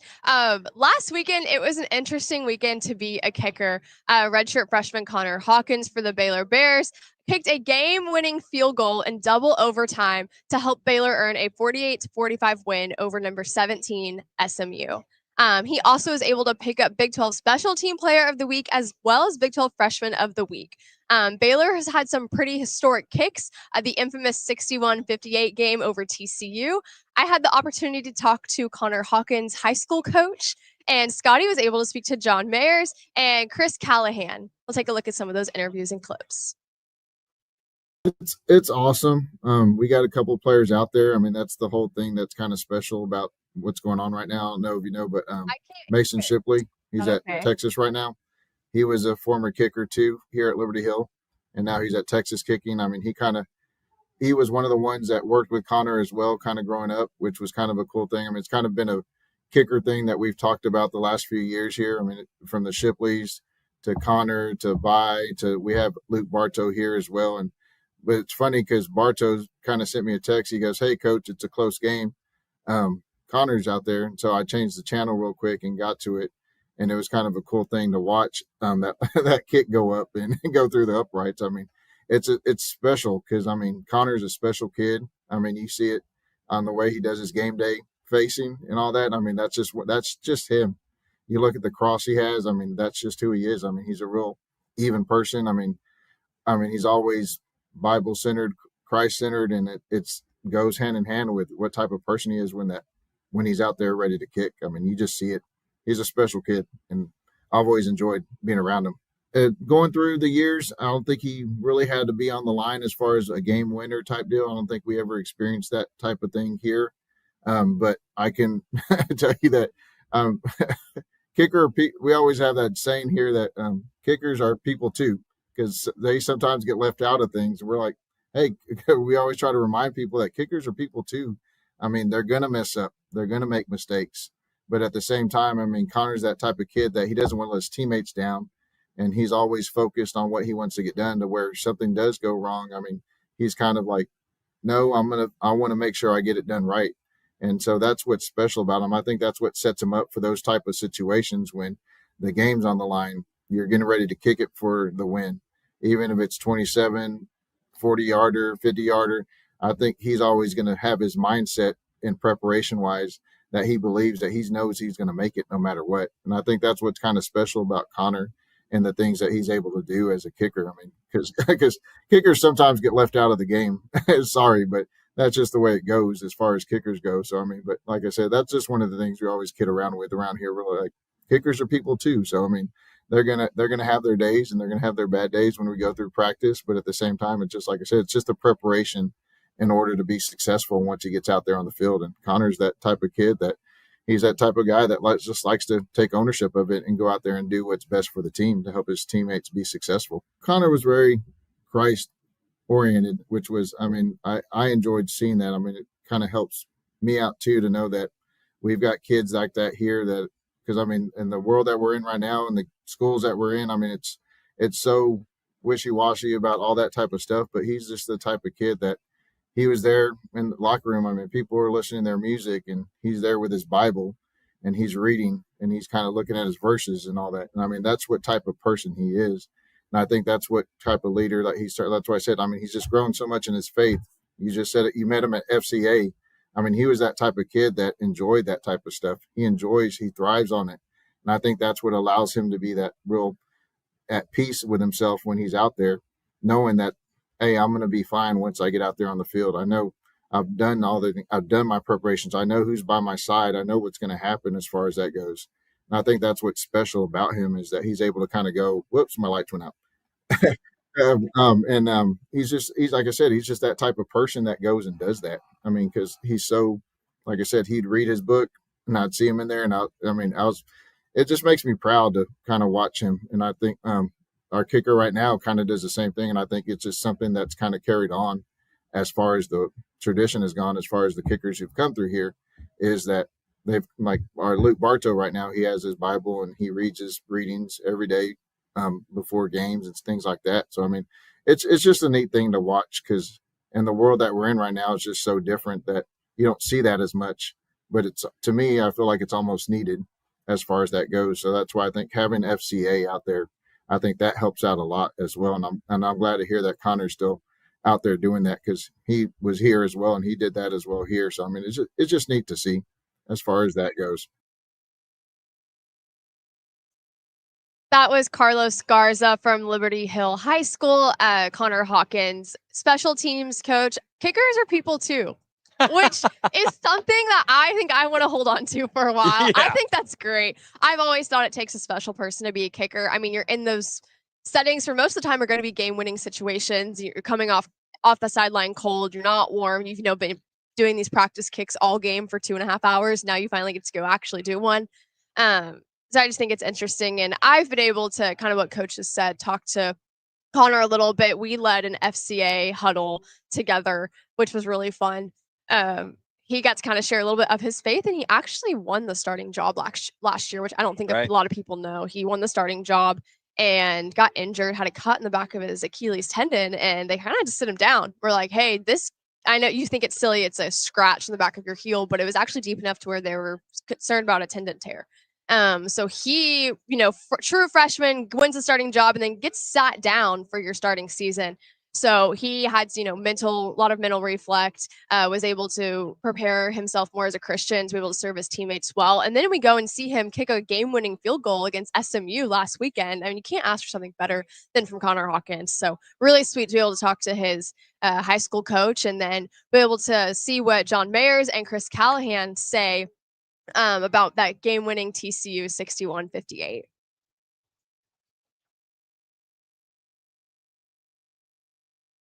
A game-winning field goal. I mean, I'd say it's really about going out there and doing your job for your teammates, being ready. Obviously, it's very important to get the reps in the winter, in the spring ball, in the summer with and with the snapper and holder all through fall camp. So you've done it 1,000 times already when nobody's watching. So it becomes a lot easier when everybody's watching, and you can just block all that out and focus on the ball and put it through the uprights, and making the kick to help your team win, and do it all for God's glory. And then Connor specifically, I would say, obviously I was watching him on the sideline the whole game. I was obviously watching what's going on in the field, but I saw him kicking into the net and staying loose and make sure he's ready for any opportunity he gets. So it was good to see him as a redshirt freshman come in there and do a job at a big moment. So happy for him and happy for the team, and it's a great atmosphere on Saturday, and hope we can pull a few more of those this year. Second. There's so much adrenaline and anxiousness when you're going into that moment and trying to visualize what you're going to do out there. As a kicker, in making sure that the operation is tight and on point.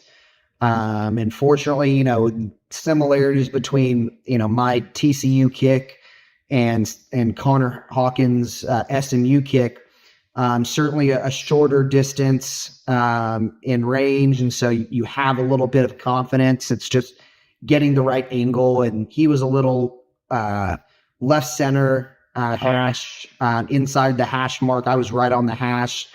But when you trot out there, you're trying to visualize, it's just you kick the snapper, the holder, and the ball. And you're just trying to visualize that ball immediately going through.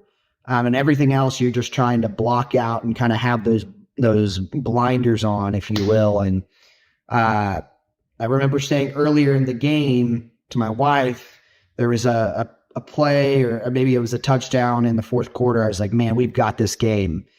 And the similarity to that, to my TCU kick, was that after all the dust had settled after the game, I remember sitting down with some of my friends back at the house that I was living in college, and one of my buddies coming up to me, and he's like, guess, I told so-and-so that this was going to come down to you. And sure enough, it did. And so me saying that to my wife for the SMU game and watching it all transpire over the fourth quarter and really the whole game, having such a great comeback and ultimately ending it in a game-winning kick for Connor is going to be a special memory for him to remember beyond his college years and hopefully an NFL career for him. But more importantly, it's just a big personal accomplishment as a kicker to have that. So super important and super fun game this past weekend. Now let's take it to Samford this weekend. Go Bears.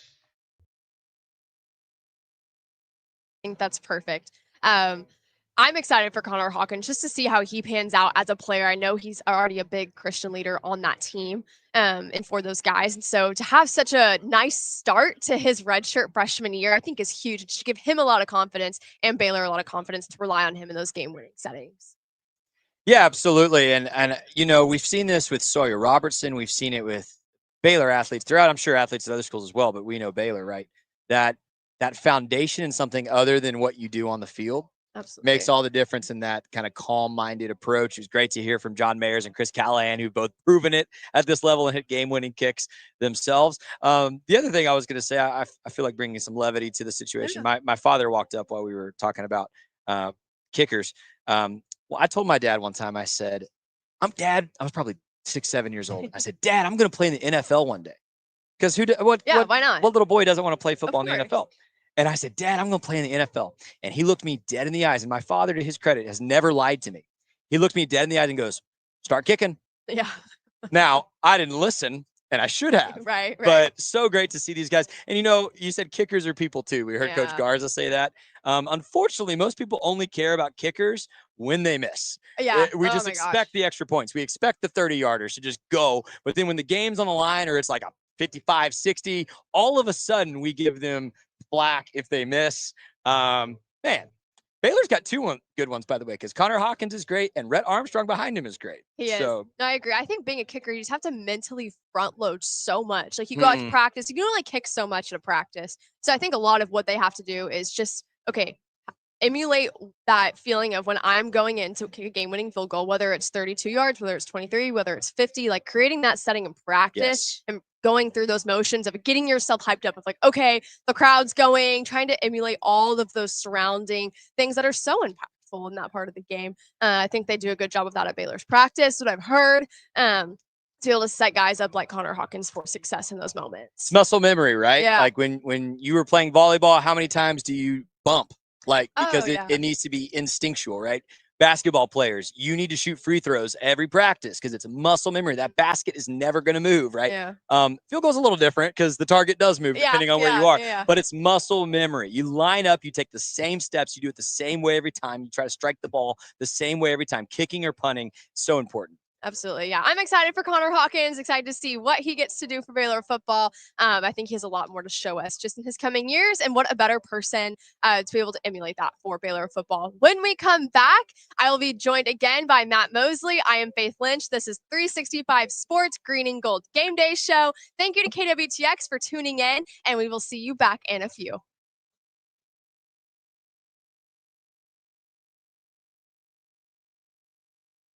class culinary experiences that bring people together. We would love to cater your next event. You receive a fully personalized experience complete with a custom menu that's sure to impress your guests. And even though we're known for our barbecue, it goes way beyond that. We've done everything from box lunches to grilled oysters and whole roasted pigs. Basically, if you can dream it, we can do it. This is at the heart of what we do. This is Helberg. At Camp Info Waco, we believe fun is more fun outside. We also believe fun is more fun in the pool, by the water park, at your RV, in a cabin, and with the friends and family you love the most. So grab a drink, take a ride, and stay a while. We think you'll discover that fun is more fun outside, too. I mean, yeah, a new coach comes in, they're going to turn the roster. I think that's just we've got all these transfer portal stats and what Dion did and what Fritz has done. I mean, that's the deal, man. That's the game that's being played nowadays. Maybe a little bit unknown at quarterback. I mean, unknown to the rest of the world, but, you know, he dove into the portal and got a guy who is super, super athletic. South Dakota State's really good. Give us a little bit of breakdown about what they can do and what Oklahoma State needs to be worried about. Look at that form right there. I need to say nothing else about this because I found one. When Central National Bank decided to partner with Baylor women's basketball, we didn't know exactly what that partnership would look like. What brings you into the bank today? For the last couple of months, I've been noticing a charge on my account, and I would like to block it. I see. So you have a charge? Yes. To the bank today. For the last couple of months, I've been noticing a charge on my account, and I would like to block it. I see. So you have a charge? Yes. And you'd like to block it? Yes. I think you should take the charge. What? Yeah, I definitely think you should take the charge. I don't think you understand. Sometimes you just have to take one for the team. Is there a manager available? We love that Coach Colin is all about the team. Once we get the vocabulary down, the sky's the limit. Central National Bank, proud partner of Baylor Athletics and Baylor women's basketball. I have Mac Rhodes, director of Baylor Athletics, on the phone. Mac, can you tell Peggy why she should take the charge? Of course she should take the charge. Wait, are you at the bank again? And who is Peggy? I'm Cole Posey, and I'm a third-generation Baylor Bear. During my time playing baseball at Baylor, I started a hat company called Hondo, which started as meek and humble beginnings, has quickly grown into something more. Over 40,000 hats sold, and then over 100 retail locations nationwide. I love vintage Western hats, but couldn't stand the condition they came in, so I decided to make my own. Vintage style, but with modern aesthetics. Thank you so much for making my dream come true, and for enabling what was once a dream to become a reality. God bless.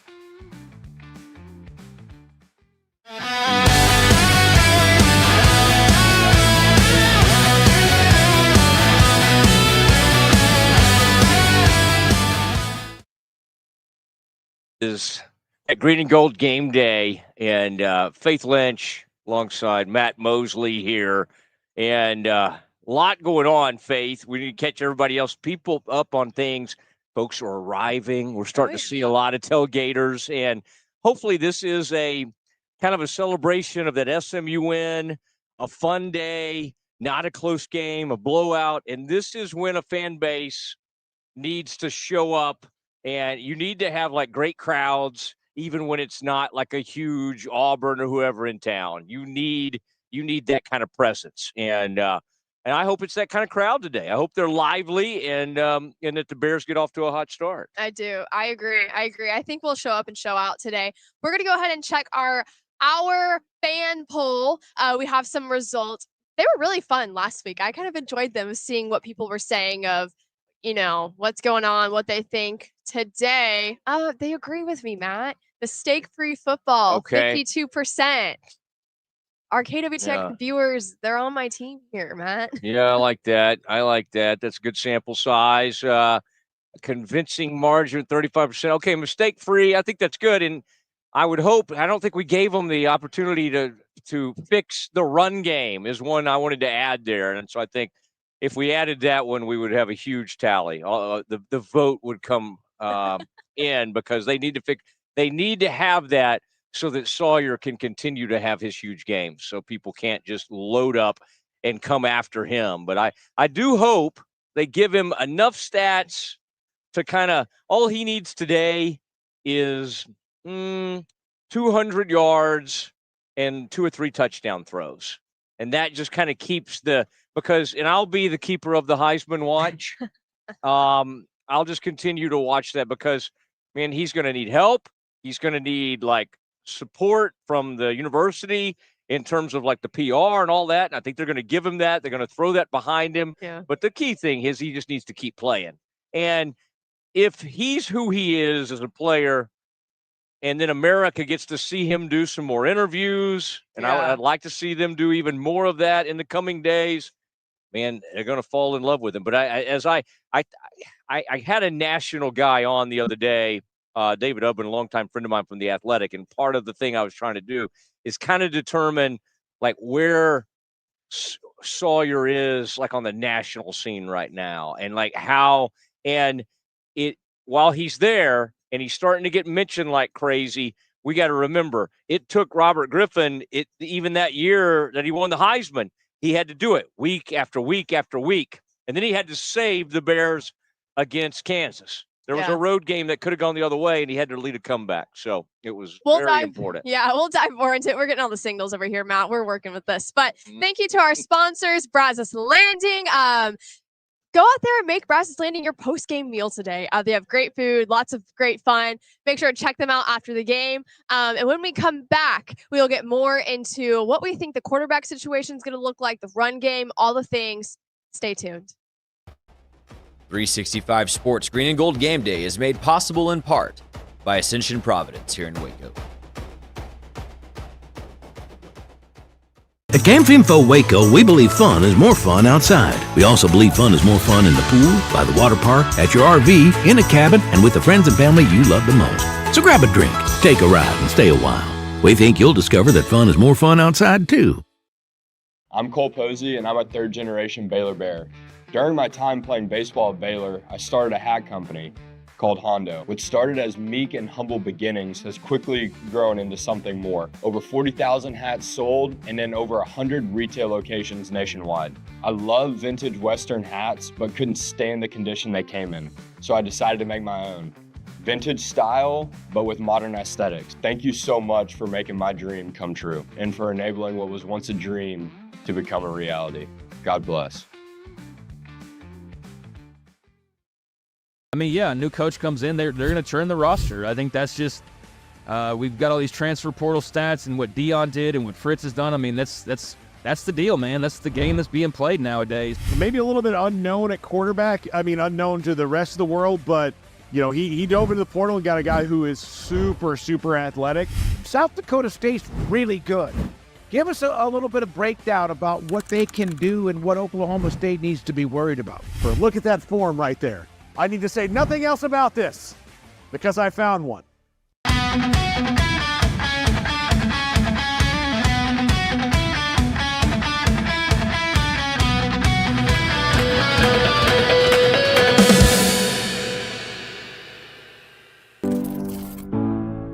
.365 Sports.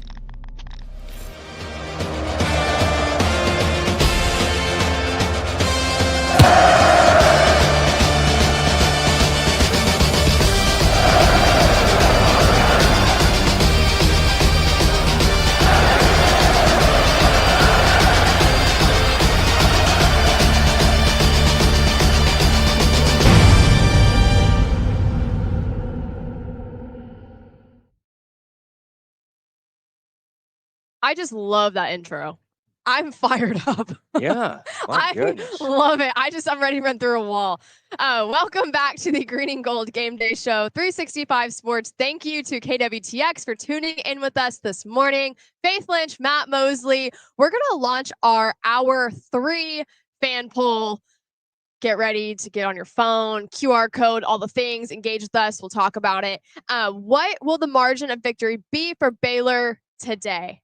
0 to 14 points, which is close. 15-27 points, kind of in that comfy range. 28 to 40 points, dominant game, or 41 plus points, perfection if you picked that perfect game. I think I already know your response on this one, but launching that poll, we get to hear from Pete Souza a little bit, the Big 12 wraparound, see what's going on in the Big 12. Matt, I'm excited to just talk about a little bit more football with you today. Kind of get going. Yeah, we need to do that, and I think today is the day we get to see the Baylor depth. Yeah. But first, before we do that, why don't we actually see some of these starters have some success, get the pass rush going? The one thing they've done well at Samford, other than religion, is We do that well. I know. They may take it more seriously even than we do. Come on. But they have thrown the ball well, and they actually moved the ball last week against the Citadel. I could almost not do it with a straight face. I mean, I imagine the Citadel players in military uniforms and that kind of thing. But Citadel's an interesting place. Yeah. And it led to one coach back in the old SWC days being fired when Citadel beat Arkansas. Jack Crow, former Baylor offensive coordinator, was coaching at Arkansas, and that ended his time quickly. When the Citadel beat you, bad things happen, and the Citadel beat Samford. Now, I don't root for Samford at all, and I want them to lose by a lot. And if I were voting in this poll, which am I allowed to do that? Oh, yeah, come on. We'll take votes. Can I call into KWTX? I guess I'm on right now talking to them. Who's back at the place? They do a great job, by the way. This is fun. It is kind of halting on that beautiful monitor to see myself. It's kind of like Mosley should hold off on the Carnitos tacos. Okay, but the 41 plus point, that's one thing. That's the margin of victory. I'm choosing that. Okay. They need to get there, and they need to treat this team, this poor little Samford team, like Alabama treated ULaMA. University of Louisiana Monroe to some. That game was 73-0. And that was a coach who was he was struggling a little bit, and that was a big moment for them. And I'm not saying they got to beat them 73-0, but they need to come out here and make a big showing. Now, I understand is Pete getting involved somehow? I thought Pete was on the road. No. I thought he was doing a game today, but Pete Souza is never far away. He is not. We get to hear from him and see what he thinks about the Big 12 wraparound a little bit. Souza here with Big 12 Studios, of course, the Rogue Media Network and ESPN, and it's time to break down some of the Big 12 games this weekend. Just picking off a couple big ones and talking about some huge storylines. You have to start with Friday night. Kansas State and Arizona. That one is actually not a Big 12 game. It's left over from a previously scheduled engagement. Still, huge opportunities for both of these teams. Kansas State needs to recover and get up off the mat after that debilitating loss last week against Army. On the other side, Noah Fafita and Arizona, this is a team that could be for real. All those high expectations we had for the Wildcats and Brett Brennan's team last year, maybe they're coming through a little late. We're going to find out for sure if they have what it takes to beat Kansas State. Kansas State favored by, I think, 1.5 going into that game. We don't want to talk too much about spreads or betting, but at the same time, it gives you an idea. Arizona is right there with the Wildcats playing at home. The one that comes before that everybody will be watching, ESPN, 6:30 p.m. Central Time. Colorado and Coach Prime in H-Town. Connor Wegman and Houston have been playing some really good football. They found a way to win against Rice convincingly last week, and in their first game of the year, I actually was there to call that against Stephen F. Austin. It was very clear that Willie Fritz is doing what he does when he's at the second year at appointments in college football as a head coach. Always turns the program around in that second year. I think things are underway and going swimmingly right now in Houston. If the Cougars can win that game, they will actually be undefeated for the first time in a decade. So that is a huge game for Houston. Another game that's kind of on my radar for a reason you might not think would grab a lot of people's attention, but it got mine. Baylor and Samford. Now, the reason I'm talking about that game, and I'll just talk about it quickly, Baylor started off the season against a Power 4 opponent, an SEC opponent in Auburn. What is now a ranked Auburn team, right? Baylor won last week, against SMU on the road.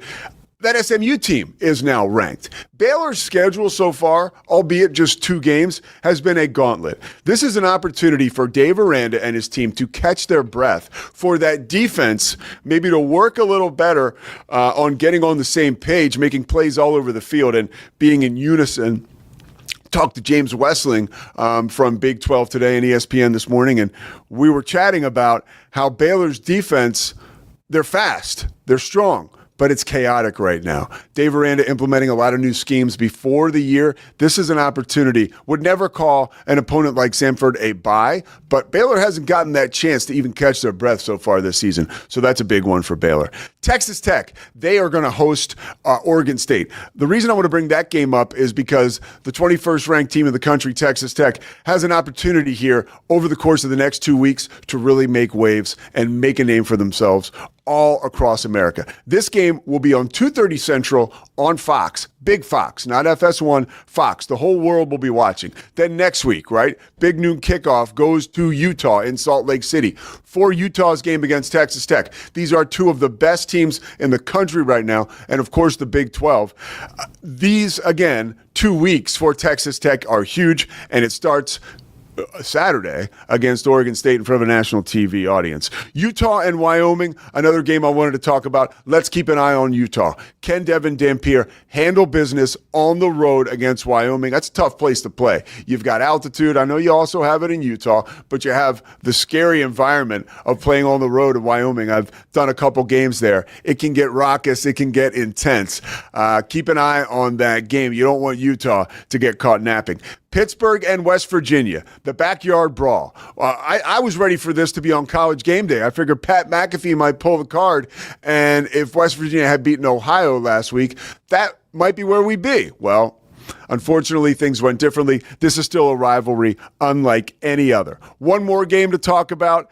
Arizona State at home, getting up off the mat after that debilitating loss to Mississippi State. They play Texas State. Texas State really scared this Arizona State team last year. The one thing I'm going to bet on, Sam Levitt's quote, "I ain't tripping." He's going to be back this week. I expect a big game from Sam Levitt, and I expect some great Big 12 football this weekend.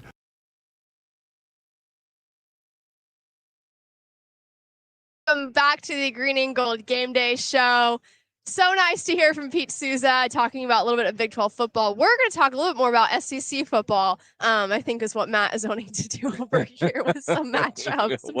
Whatever Matt wants to do. You know, we're just in that season of, random teams are playing each other, Big 12. I think last week the slate wasn't as competitive as some people thought, but then it turned out being such a great week. So I'm hoping that kind of turns around the same thing. We have a lot of bigger SEC games this week, but Big 12 wise, would love to see the Big 12 take care of business and make it a fun slate for the Big 12. But the Big 12 has at times embarrassed itself. It was so great for Baylor to do what it did.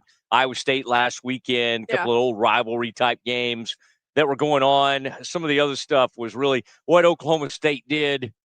They really embarrassed the conference. They embarrassed themselves. 69-3. We got major hot seat alert for Mike Gundy there. And then, but some of the slate today, Iowa State, Arkansas State, they'll take care of business. Rocco Beck, they'll go out. Oregon State at Tech, that's interesting because the Beavers at times have been competitive. Not this year. They've gotten off to a really rough start, and Tech's favored big in that one.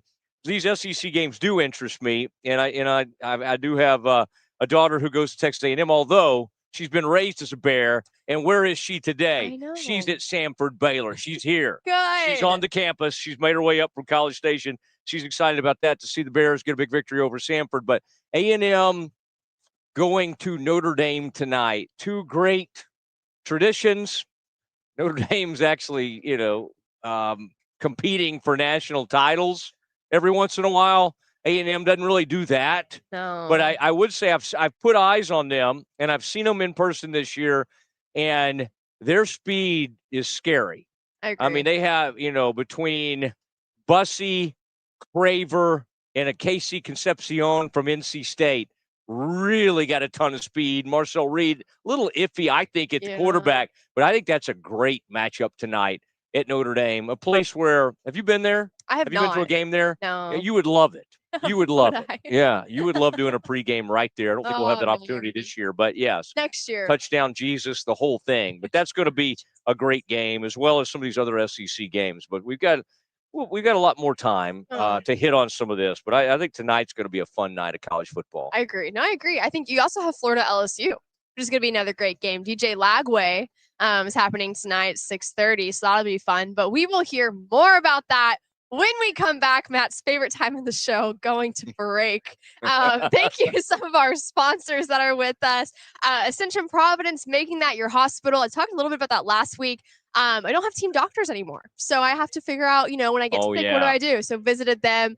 But make sure you make them your hospital. And when we come back, we'll talk more about SEC football on the Big 12 show.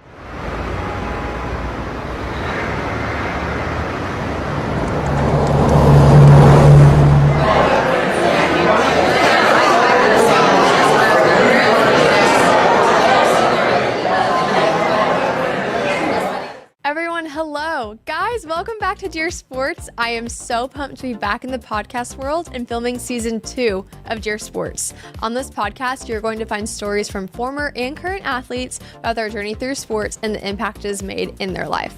Make sure to subscribe on YouTube and follow our Instagram and Twitter to stay updated on all things Dear Sports.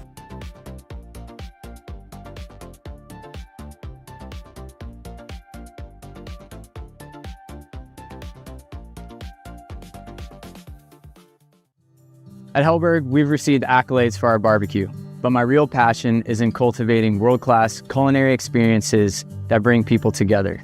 We would love to cater your next event. You receive a fully personalized experience complete with a custom menu that's sure to impress your guests. And even though we're known for our barbecue, it goes way beyond that. We've done everything from boxed lunches to grilled oysters and whole roasted pigs. Basically, if you can dream it, we can do it. This is at the heart of what we do. This is Hellberg. 365 Sports Green and Gold Game Day is made possible in part by Ascension Providence here in Waco. At Camp Info Waco, we believe fun is more fun outside. We also believe fun is more fun in the pool, by the water park, at your RV, in a cabin, and with the friends and family you love the most. So grab a drink, take a ride, and stay a while. We think you'll discover that fun is more fun outside, too.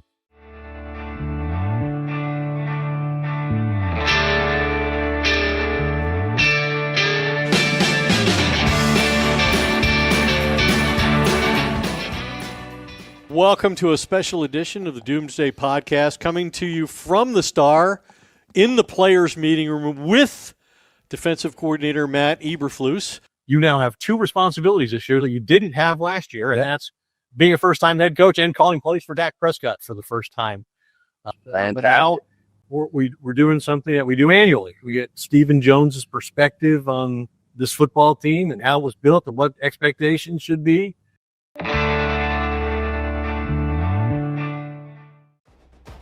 Falconberry Construction is now Gather & Co. Kitchen and Bath. Check out gathercoremodeling.com. Thanks so much for sponsoring Green and Gold Game Day.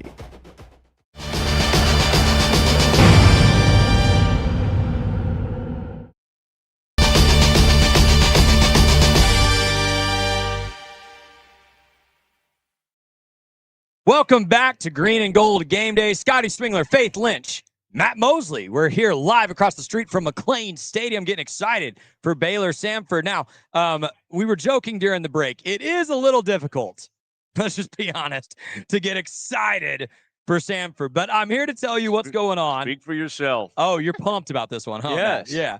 Let me tell you about the Samford Bulldogs, what's going on with them so far. I'm sure several fans aren't familiar. Here's a breakdown of what Samford has done so far this season. They have played 2 football games. They are 0-2. They lost to West Georgia 34-3. They lost to the Citadel 40-13. Overall, they have scored 16 total points. Let's go to the highlights. They've scored 16 points this season. They are averaging 2.4 yards per carry. Nice. They have turned the ball over 8 times. Yeah. Now, I present this not to crap all over Samford, Okay. although Poor choice of, but it's, go ahead. it's okay, Matt. Yeah. this is the please bear with me vibe now. Not to just talk bad about Samford, but to present, as we said in hour one, this is an opportunity for Baylor's defense to get on track. If you can't fill gaps, make tackles against a team that's averaging 2.4 yards per carry and turn the ball over 8 times against West Georgia and the Citadel, what are we even talking about Big 12 championships for? So, again, I don't mean to make this opponent preview all about, well, Baylor should absolutely shut out this team. But, guys, like, they've scored 16 points all season against West Georgia and the Citadel. Baylor's defense has to look sharp today. I agree, and I would love to see them come out, stop the run. This quarterback's been sacked a lot for Samford. I mean, if I'm going to try to make Samford just look a little bit good, let me just say this. Against the Citadel, against the solid Citadel team, they move the ball like crazy. They've thrown it both games for over 300 yards. They just can't put it in the end zone.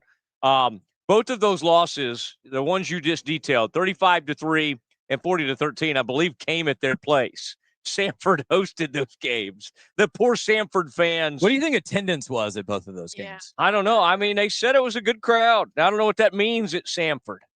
And I don't know. Maybe they had a good, CCM artist after the game or something. Oh, my gosh. Lauren Daigle. Hey, she was here in Waco last Hence night. why I said her name. That's right. That was cool. It was cool. Wait, where did she Here perform? At Foster. Okay. Very cool. I need to be hearing Faith right now more than I'm hearing her, by the way. But Daigle, she's good. I recognize her. And she used to sing with somebody named like James Bay, and they would do some things together, like at award shows. Yeah, James Bay, he's kind of a soothing gentleman. But yeah, that's good. I'm glad she was in town. I wish I'd have known that. I would have tried to stop by. I know you probably were not in attendance, but I was at the first concert at McLean Stadium. Oh yeah, I was able to go. The Oklahoma boys. Yeah, Oklahoma boys. I know. Red Reggie, Dirt something. Yeah. No, I don't think so. Sorry. The Turnpike Troubadours. They were there. CCR was there. Yeah, CCR. Pat Green made an appearance. Randy Rogers Band made a fun appearance. Waco's really own cool. Pat Green. First time alcohol was sold in McLean Stadium. I know, hot button topic, but it did happen. There were fans there. It was quite the environment. I thought it went very well. I wanted to be at the concert just to say I was in the first concert at McLean Stadium. Very cool. But anyways, back to No, that's okay. I think that's better than trying to break down Samford. Is it? No, let me throw this out there just so we don't hate completely on Samford. The president of the university was Baylor grad. Did y'all know that? He went to Baylor, was an econ major. I think also got his master's here. So the president of Samford was a Baylor alum. So at least they're doing something we have right. a name. I probably went to school with the person. Yeah. Okay. Let's look up. He's actually very young, Matt. But not to I don't know what that means. means. Whoa, not to age you. Shots across the bow. Are you saying he graduated like in the 2000s? Yes. And he's already Samford is just going with inexperience. They're going way too young at that position.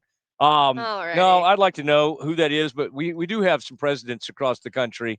And of course, we have a great president here who played athletics and played basketball at Oklahoma State back in the day, President Livingstone. Let me just say this about Samford. I did listen to their coach a lot. And the only thing that would worry me a little bit in hearing him talk is just the haymaker factor. The fact that the Baylor game and they have A&M later, this teams like that, like this is what they live for. And so early in this game, is this the guy's name that's the president, Beck Taylor? Is that him? Oh yeah, Beck Okay. Taylor. I'm trying to find how old he is President when he Taylor. graduated. He looks way older than me. Oh my Okay. God. Yeah, he does. That guy looks. No. That's the spirit. That's Mose. either a. He he's took office in 21. Yeah, He's well, the that- 19th president of Samford That University. means nothing to me. Does But it? All right, no, that's okay. But no, Faith. A little bit about Samford though. They have been good in the past. They have been they've been a quality FCS team, and for a lot of these players, these moments, these money type games where they come and they pick up a check, which helps their program in a big way. And they're going to do one later this year at Kyle Field. A team like that, early, they do try to cut loose and do some crazy things. This is an interesting little matchup, too, because Mason Miller, the O-line coach for the Bears, for Baylor, played with this coach. Yes. And this coach's last name, I think, is Hatcher.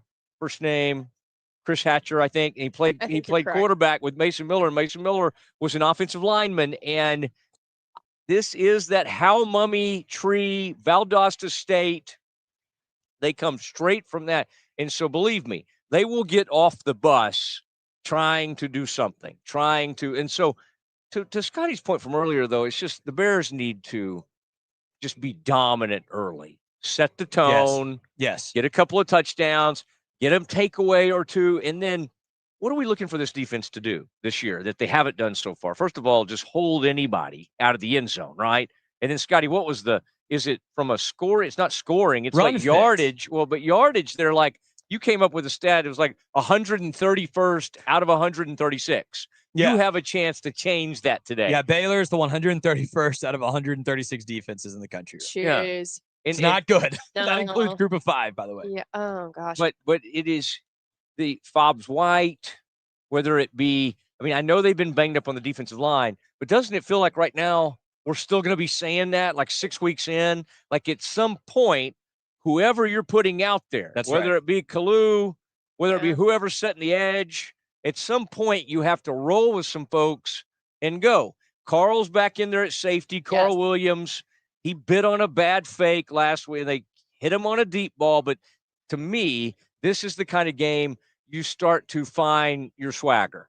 And you go, well, who cares if they get sacks against Samford? I promise you, if somebody goes off today and gets pressure from the middle of this defensive line or gets off the edge, that can be kinetic. That can have an effect in coming weeks against Arizona State if somebody gets hot today. But, one of Scotty's favorite players that he brings up from those early anything rule, he gets very excited about. But like Taylor Young is a player we bring up because he was a bridge player from the Bryles years who hung around, and he kind of set the tone for Rule early in Rule's time. Like, some of these players have to start doing this for Dave Aranda, because one of the things you can't do is be a great team and be a great head coach when your own defense that you call is letting you down week after week. And, let's be honest. That is what is happening. We got to throw it to a break. We'll be right back on Green and Gold Game Day.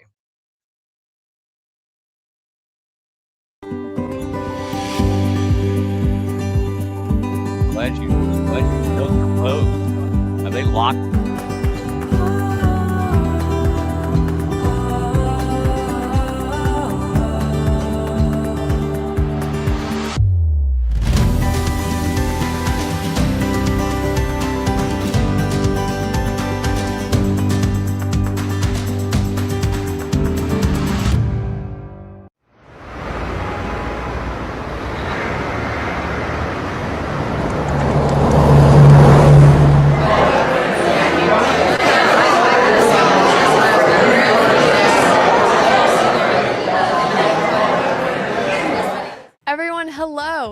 Welcome back to Deer Sports. I am so pumped to be back in the podcast world and filming season 2 of Deer Sports. On this podcast, you're going to find stories from former and current athletes about their journey through sports and the impact it has made in their life. Make sure to subscribe on YouTube and follow our Instagram and Twitter to stay updated on all things Deer Sports.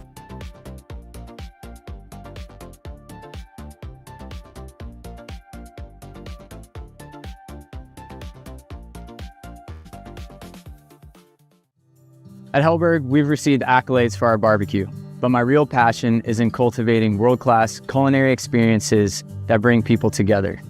We would love to cater your next event. You receive a fully personalized experience complete with a custom menu that's sure to impress your guests. And even though we're known for our barbecue, it goes way beyond that. We've done everything from box lunches to grilled oysters and whole roasted pigs. Basically, if you can dream it, we can do it. This is at the heart of what we do. This is Hellberg. 365 Sports Green and Gold Game Day is made possible in part by Ascension Providence here in Waco. At At Game Finfo Waco, we believe fun is more fun outside. We also believe fun is more fun in the pool, by the water park, at your RV, in a cabin, and with the friends and family you love the most. So grab a drink, take a ride, and stay a while. We think you'll discover that fun is more fun outside, too.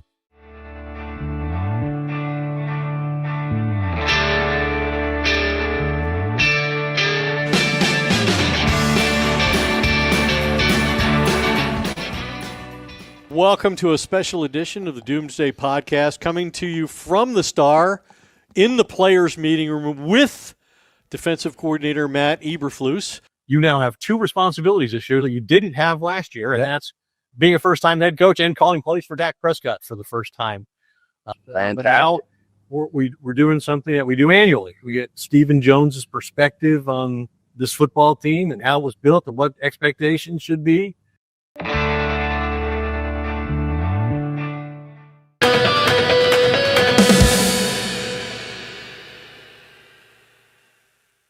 Hey, if you're watching on KWTX in Central Texas, thank you so much. Want to invite you over to Green and Gold Game Day on YouTube. Subscribe. We've got 30 minutes of the show left, actually, and you're going to miss it if you stay on KWTX. So come over to YouTube, Green and Gold Game Day, and we are about to break down what the Bears have to do in this game. And can Sawyer Robertson win a Heisman? Come over to Green and Gold Game on YouTube. We'll see you over there. Thanks so much for tuning into KWTX for Green and Gold Game Day. Really appreciate you. Faith Lynch and Matt Mosley, it is time to set up this game. Bear Essentials. What does Baylor have to do today? We've talked a lot about the opponent, about the defense, about some things we saw in the last 2 weeks. What are you looking for in today's game? I'll say my piece before we get to Matt over here talking about this run game that we've been talking about. I agree. I think run game, whatever. Last week we did run the ball. We just did not run it well. We did try. we did. I can confidently say I feel like Spav is trying to give people what they want. He is running the ball. It's happening. We're just not doing it well. You know, we're running the ball for 2 yards. That's just not attainable. It's not feasible. It's not going to make progress for the Bears. You're not moving the needle on doing that. So I think if we run the ball well, I think I would love us to change our verbiage to run the ball well. I think we are trying to run it, but doing it well and creating holes defensively. I love Jacob Redding. I want to see more of him. I love him. I think he's making plays. I'm a big story girl, so I love him being a walk-on, then creating a name and creating a story for himself. And he's just a cool guy. He's cousins with a girl that I lived with forever, so I'll throw that out there. Shout out to the Coggills. But that's what I would love to see. Keys for Baylor winning this football game today. Would love to see our defense run the ball or block well and then to run the ball well. Matt. Who is the cousin? I'm just trying to keep up with the Cogdills. I'd like to hear more about that family. Mark Cogdill. He played football at Baylor. Also played baseball. He was a K-Sig here at Baylor. I know. Don't get Matt started on the K-Sigs, but his nephew is now the Baylor football team and That's Jacob nice. Redding. So it's nice, you know. There's a good chance. There's an opportunity that I know him, and I do kind of remember that. So, and those are good things. And I'm with you. I love what I was hearing this week from one of the Sirakis. I think it was the elder Siraki. Yeah. I like that they got the other kid though. Caden, Colton, they're getting them all in there. And then today, to me, Faith, and I like that. I want to run. This week, they were working on their double team blocks like crazy. This is a glorified scrimmage. This is like an exhibition. But you got to do what some of these SEC teams do. Because they use these weeks to not only get healthy. I heard Scotty talk about that this week, and I think that's important. Rest who you're going to rest. Yep. But the guys who actually come out here and play, what a huge opportunity. The name I keep hearing, Faith and Scotty, Clough. Yeah. Like a freshman, some of these offensive line, Tompkins, like these guys that are going to be the future starting guards. Like Clough right now, the way I'm hearing it, could be like the backup left and right guard. Now, they could move the center. They could move the Siraki brothers around a little bit. But, they have freshmen who are ready to play a little bit. And today could be an opportunity. So you want to get them in the game. And then, guys, some of these skill players that we heard about before the season, like Porter. from Lorena. And it's like, if you're going to tell me Jaden Porter is an NFL guy, I need to see it on the field at some point. And the great thing about today is some of these players who you're trying to preserve a red shirt, this is a great game to get them into. Yes. You still have, again, they changed college rules now on a weekly basis, but I think you still have 4 games they could play in, and you could still preserve the red shirt. So who are some of these other guys? I want to see Taz at some point. I want to see Taz Williams, who was getting very close to being 100% in fall camp, maybe at 100%. He's the future. He's part of the future. I want to see Ja'Cory Watson. And these tight ends, if Trigg's going to be out, which I'm almost certain they'll rest Trigg again. Why wouldn't they? But let's throw to these tight ends. The Klopper himself, 85 was out there, right? And they were splitting him out and trying to use him. You might have to throw it to him at some point. Throw it to the Klopper. Kelsey Johnson, who shows up in a number 12. Of course, I knew him as like a number 87. Yeah. I knew him as a bigger man. And in 12, people look smaller and they look thinner. And I thought, well, there he is. There's a guy I used to really like. I still have flashbacks to the guy who went to TCU. Drake, what's his name? Dabney. Remember him? Dabney, I love that guy. And he left us. He left us to go to TCU. But this is an opportunity to develop some of those guys that we've known in the past, and then some of these young guys. And by the way, we can't name right now a single pass rusher for Baylor that we would go, great, this guy, he's amassing sacks, or he's putting constant pressure on the quarterback. It's happened sporadically. It's happened occasionally. Why don't we come out of this game with somebody hitting the quarterback? This guy, Crittenden, I've followed his work for a long time. He's been sacked 8 times this season. That needs to go to about 15 after today. Yeah. Sack him. And I think you come out of this, I say a minimum of 4. I think you get home, you get 4 sacks, or at least put tons of pressure. Let's put the Micah Parsons pressure. And then I'm anxious to see, who is that for Baylor? Who comes screaming off the edge? Is it Lance? Is it Fobbs White? Is it Keaton from his linebacker spot?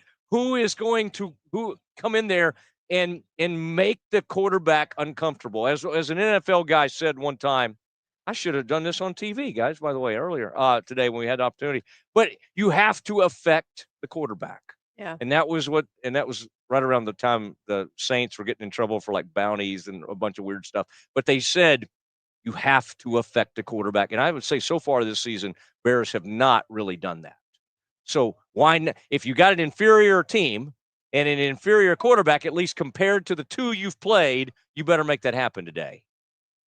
Yeah, absolutely. And by the way, we've talked about all the guys that could rotate into this game, right? All the players that could get time, that need time, like you said, and preserve a red shirt, get reps. Because reality is, regardless of the skill level of these players for Samford, hitting someone else always feels better than going to practice. These reps are better than anything you can do in practice, even if you're playing just Samford, right? But the other thing is, and Pete talked about this when he had his bit, this is an opportunity for these guys to build confidence. And I know, football is so much, we talk about this with the kickers, but I think it's true for all football positions. It's so psychological. You do a rep the right way. You do the rep a right way against an opponent. You do the rep the right way against an opponent and then get a sack. Your confidence goes through the roof. It doesn't matter who you're playing. And so that's where Baylor was almost hampered, I think, Matt, and where it's so great to schedule an Auburn and an SMU in your non-conference because, heck, if Baylor wins 10 or 11 games, that helps your playoff resume tremendously that you've played those teams. But they haven't had an opportunity to really, feel themselves, smack that quarterback around a little bit yet. They haven't won all those battles. So you get in there today, you win those battles, you win those matchups, you execute the right way. And I think we could see a completely different team next week against Arizona State than you saw this week against SMU. On the other hand, I don't want to pretend like this is highly likely, but crazier things have happened in the game of football. You come out and start slow a 3rd week in a row against Samford, and the opposite could be true. Suddenly there's way more questions than answers. Yeah, and we would hate that scenario, but I agree with you. I mean, it wouldn't be the first time they've come out flat against an inferior opponent. I don't think much, Texas State has the kind of talent, even like teams like UTSA, that could actually make you pay if you played like that. This team, famous last words. You can't lose. It's impossible to lose to Samford. Don't say that, Matt. Don't put it out there. I'm putting it out there. Oh, no. Now, the one thing I favor Samford on, I still like a good full immersion baptism. And I think the moderate Baptists that we are at Baylor have kind of become okay with some sprinkling and, just some pouring. Changing the name of the show. Theology Talk with Matt Mosley. Yeah, holy smokes. I think the Samford kids still love to go to dunk it all the way. And I think the moderates, we've decided that we can just kind of, even at my church, it's like, just put your hand in a thing of water. It's like, that should not count. Matt, what are we talking about? I think this is the best part of the show. Is it? All right. Let's talk about Scotty's favorite. Scotty's a big theology guy. Oh my gosh. Let's talk about some of these quarterbacks, because if you look at our Baylor depth chart that I have pulled up that Matt has loved to look at as well. Oh yeah. Can you enlarge that? That's not that print's not big enough for me. So we have Sawyer Robertson as our starting quarterback. We have Nate Bennett, Edward Griffin, and then Walker White. There's an or There's after all There is the ors, Yeah. but I believe if you're going to put it on a sheet and you're going to rank it, you're putting it on there. Why would you not put Edward Griffin before Nate Bennett? You know what I mean? Let me I tell think you, someone's looking at this and this is Scotty's favorite 3 players on the team, because this is how Scotty thinks. No, my favorite one is still playing at Liberty Christian, but go on. Well, that guy too. Nate Bennett, Edward Griffin, and Walker White. Those are his 3, because he falls in love. He does not guard his heart with backup quarterbacks. I'm pretty sure I was advocating for Sawyer Robertson against Terrence Ganaway on my own podcast this past Sunday, but go ahead. I don't know what that was about. I mean, and that I would like to hear more about that podcast someday, and where I can I can find that. we should clip that next time. Is anybody? Can we advertise that more? Blair with me. Yeah, please. AC Bear, right? Okay, and is it like a play on words or something? I think this is fun because, man, so many legacies around here. Faith's parents went here. Nate Bennett's parents were here right after I was here. Lots of those things going on. But the fun thing about Walker White, when we see him today, the size. Can he impose? What's that going to be like? Is he going to run a little bit? Will they let him throw? Are they going to be too much? But I mean, I'm just like Scotty. I remember some of these guys when they were making their decisions. Yeah. And that was a big when he decided to go to Auburn. Mm-hmm. I remember watching the little thing on 24/7 or whatever, where he made his announcement, and he chose to go to Auburn. And now he is a Bear. Maybe we'll get to see him today. Really quickly, we've got some words from James Westling. He's on the call today for ESPN Plus. Let's throw it to him and see what he thinks we're going to see in today's matchup. Baylor football team is really good. I think people are sleeping on them and their win at SMU. I mean, they just beat a team that played in the college football playoffs in their house last Saturday, and I don't think it's getting the attention that it deserves. That was a really big win for Baylor and a really big win for the Big 12. Dave Aranda and the coaching staff deserves a tremendous amount of credit for scheduling in the way that they have. Opening the season against an SEC team, playing week 2 against kind of a low-key rival, a team that was probably better than they thought they'd be when they scheduled that game. And then the tune-up game this weekend, and then Arizona State to open Big 12 play. Like, if they win 9 or 10 games, they will be in the conversation for a college football at-large berth if they don't win the Big 12 because of how they've scheduled. I think they're really dynamic offensively. I was a little bit worried before the season when they lost Dawson Pendergrass, their backup running back, because Washington wasn't used to toting the ball 20, 25 times a game, and they're nothing but freshmen behind him. So that is still a little bit of a concern.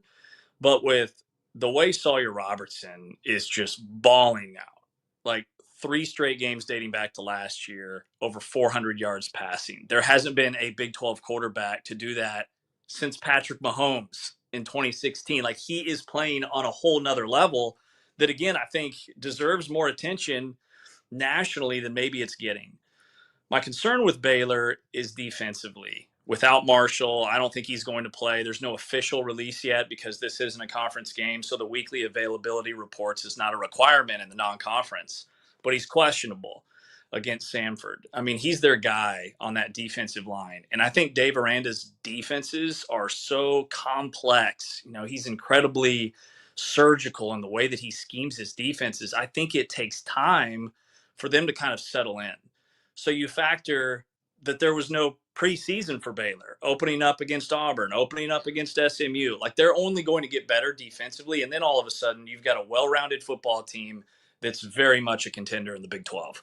Baylor had one of the largest portal classes in the league, especially on the defensive side of the ball. So when you've got 8 returning starters and then you're adding 13 transfers to that side of the ball alone, it's going to take time.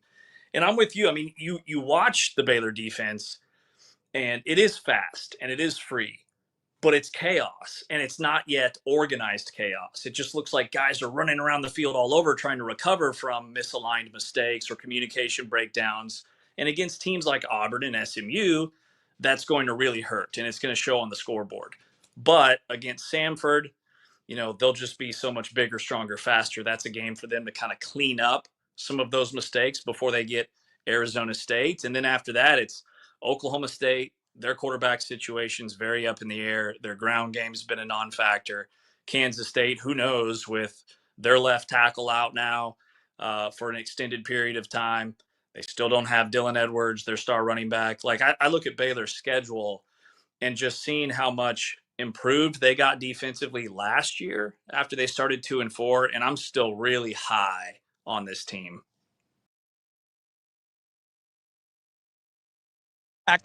James Westling joining us on today's call. Make sure you watch if you're watching at home. James does a great job. He's pretty optimistic about these Baylor Bears, obviously, and I think we're pretty optimistic about today. Matt, the only thing I'll say, you were mentioning the backup quarterbacks earlier. Paith brought that up as well.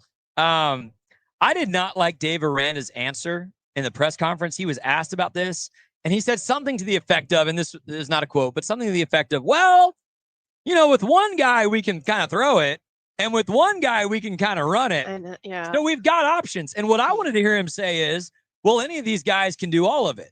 So my question is, Matt, I would expect Walker White to be the first guy off the bench. That would be my expectation. May not be reality. But my question is, if Walker White comes into the game and can't complete an efficient percentage of his passes against Samford, it's almost the same thing I was saying about the defense. If you can't hold Samford under 10, you really have issues. That's worse than what you did against SMU. If Walker White can't complete some easy throws against Samford, we'll know, oh, that's why there's a bunch of oars on this depth chart. Now, I'm optimistic. I think he'll play great. But I didn't like that answer from Coach Aranda earlier in the week.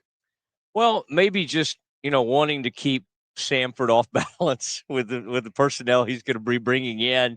You know, what's funny is you just mentioned the two. Now, the only thing I would disagree with, I do think Nate Bennett will be the first guy off the bench. We'll put a little something on that for the Mosley show this week.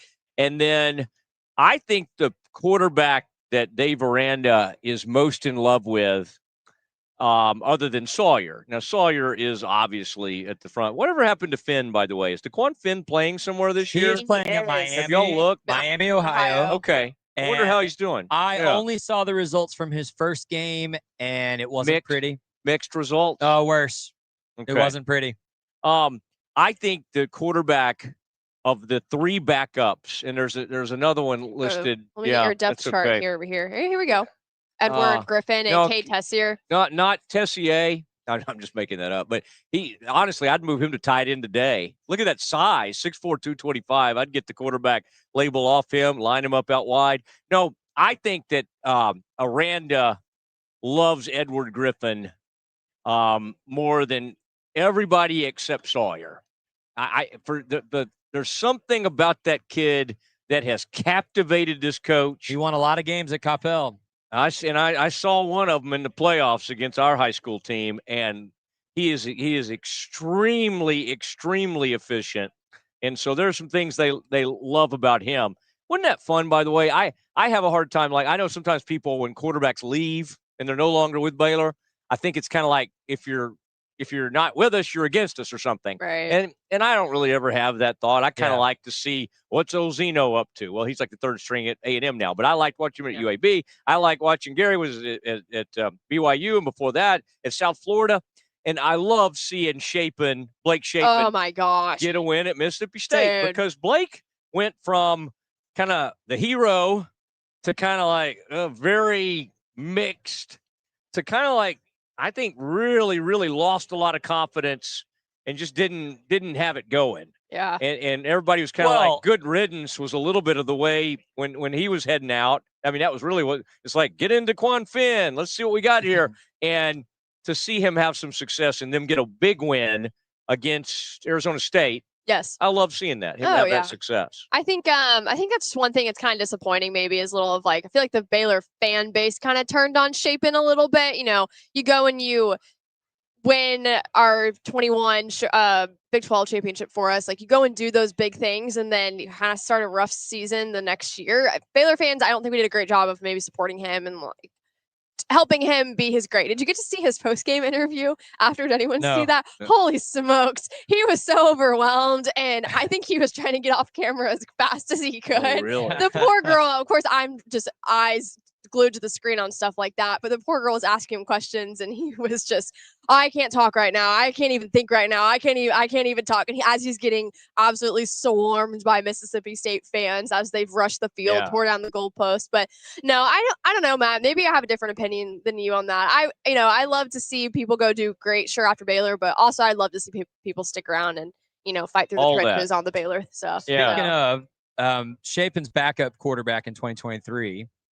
Is now Baylor fans push for the Heisman Trophy. And so I wanted to kind of cap off our time together today by talking about that. Now, Baylor's spoiled. We've had a Heisman winning quarterback on campus before. That's not true of most college programs. So we have seen that it is possible for a 10-win Baylor team to have a Heisman winning quarterback. My question today, as we get ready for kickoff here in 11 minutes, are we overinflating Sawyer Robertson to think that he is a legitimate candidate for the most prestigious award in the sport? Or is this legit? And by the way, he's leading the country in passing, despite playing an SEC team who's now ranked and an SMU team that was ranked when they played. Today, he might put up 400 yards in 3 quarters, Sick 'em Bears. We love the fans. Come by Camp Info and see us. Guys, if you'll hold it down a little bit. But that's you're banging on the desk, and it's way early, but like Sawyer. Wow. Well, okay. Producer Grant wants to go to Roy Philpott.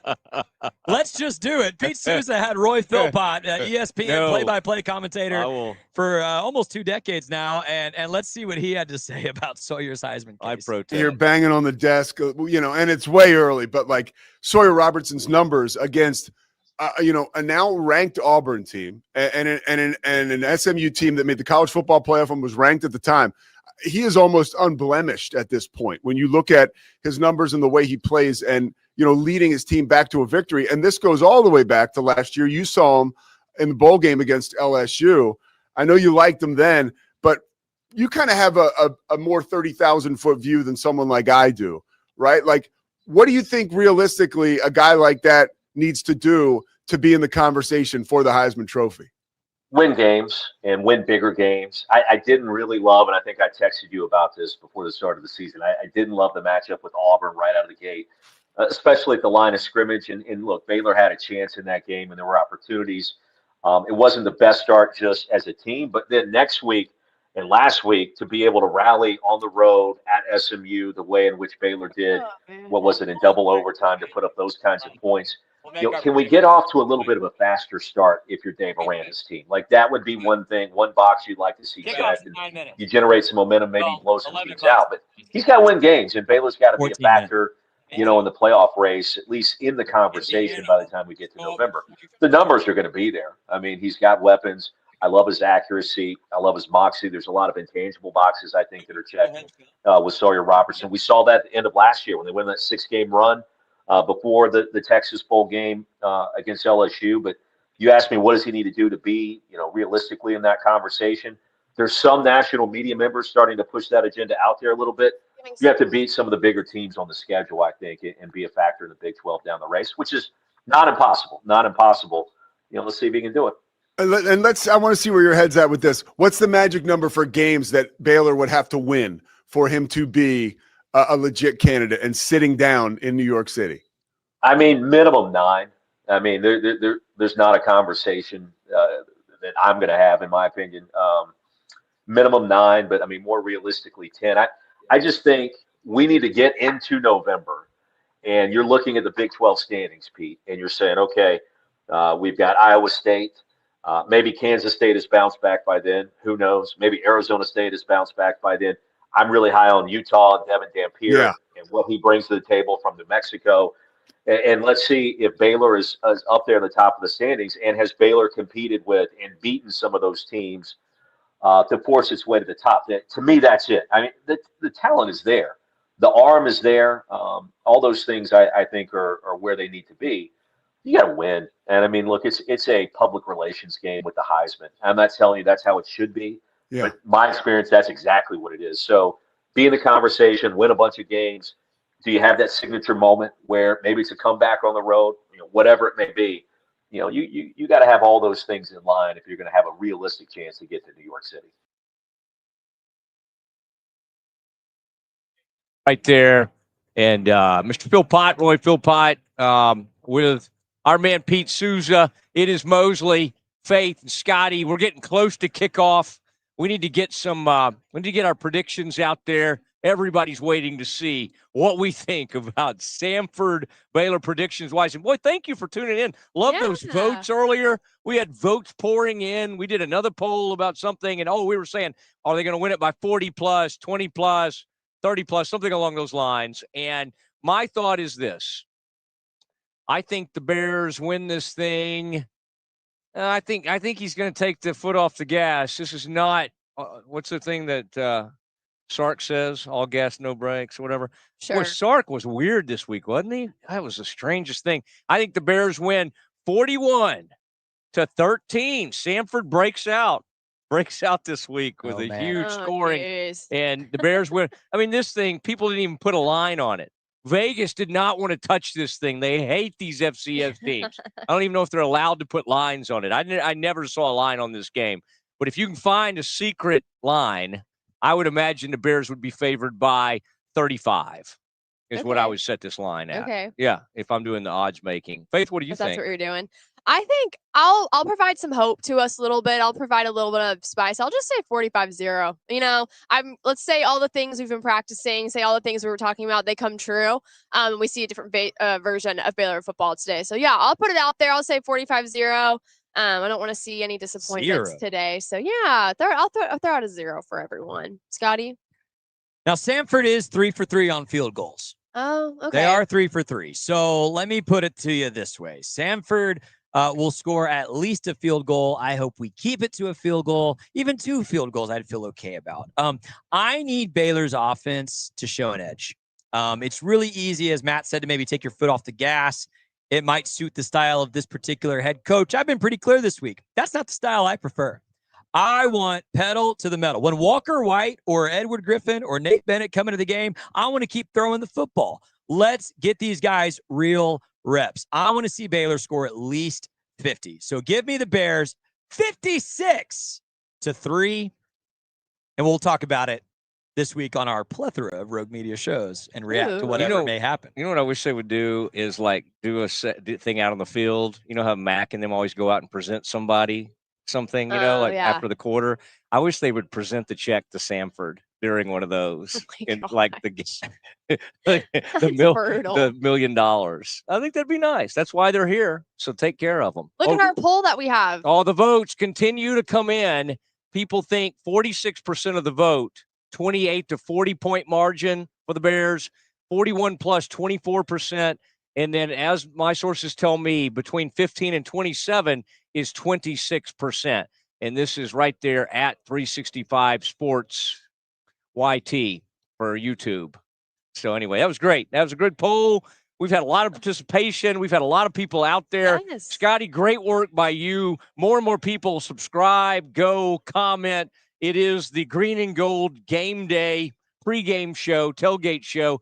And we will be back. Oh, Arizona State, man, it's almost here. Next week. That is going to be very exciting. I thought everything was very smooth today. I mean, except for my parts of the show. But I thought you guys were great. I love Scotty's hour. So, Scotty, Faith, thank you so much.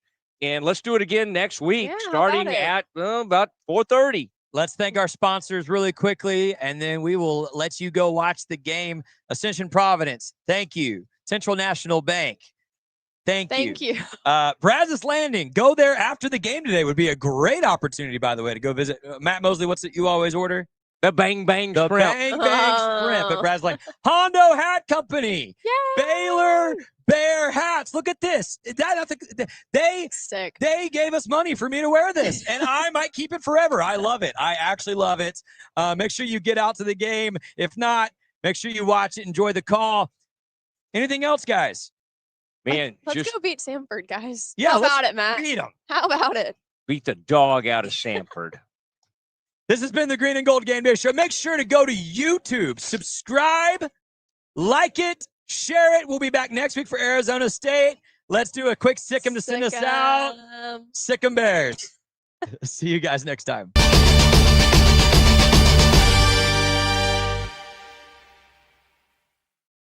Falconberry Construction is now Gather & Co. Kitchen and Bath. Check out gathercoremodeling.com. Thanks so much for sponsoring Green and Gold Game Day.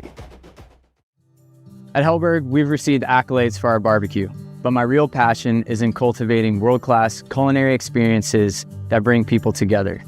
We would love to cater your next event.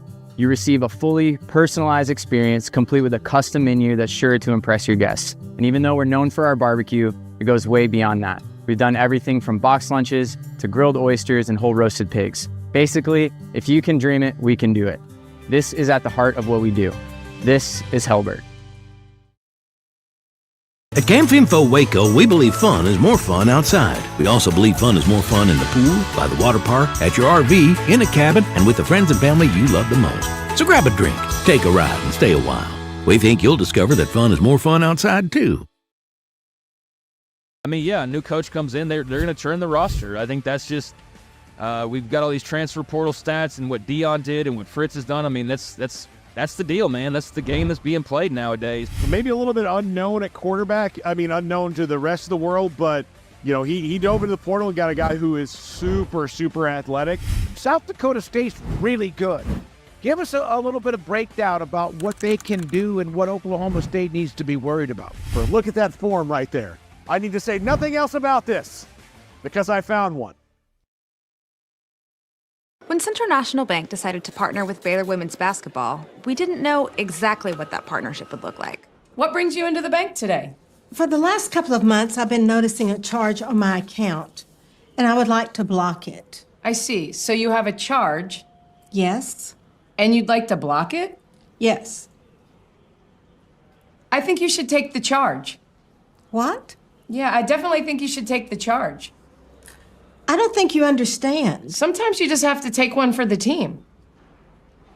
Is there a manager available? We love that Coach Colin is all about the team. Once we get the vocabulary down, the sky's the limit. Central National Bank, proud partner of Baylor Athletics and Baylor women's basketball. I have Mac Rhodes. What? Yeah, I definitely think you should take the charge. I don't think you understand. Sometimes you just have to take one for the team. Is there a manager available? We love that Coach Colin is all about the team. Once we get the vocabulary down, the sky's the limit. Central National Bank, proud partner of Baylor Athletics and Baylor women's basketball. I have Mac Rhodes, director of Baylor Athletics, on the phone. Mac, can you tell Peggy why she should take the charge? Of course she should take the charge. Wait, are you at the bank again? And who is Peggy? I'm Cole Posey, and I'm a third-generation Baylor Bear. During my time playing baseball at Baylor, I started a hat company called Hondo, which started as meek and humble beginnings, has quickly grown into something more. Over 40,000 hats sold, and then over 100 retail locations nationwide. I love vintage Western hats, but couldn't stand the condition they came in, so I decided to make my own. Vintage style, but with modern aesthetics. Thank you so much for making my dream come true, and for enabling what was once a dream to become a reality. God bless.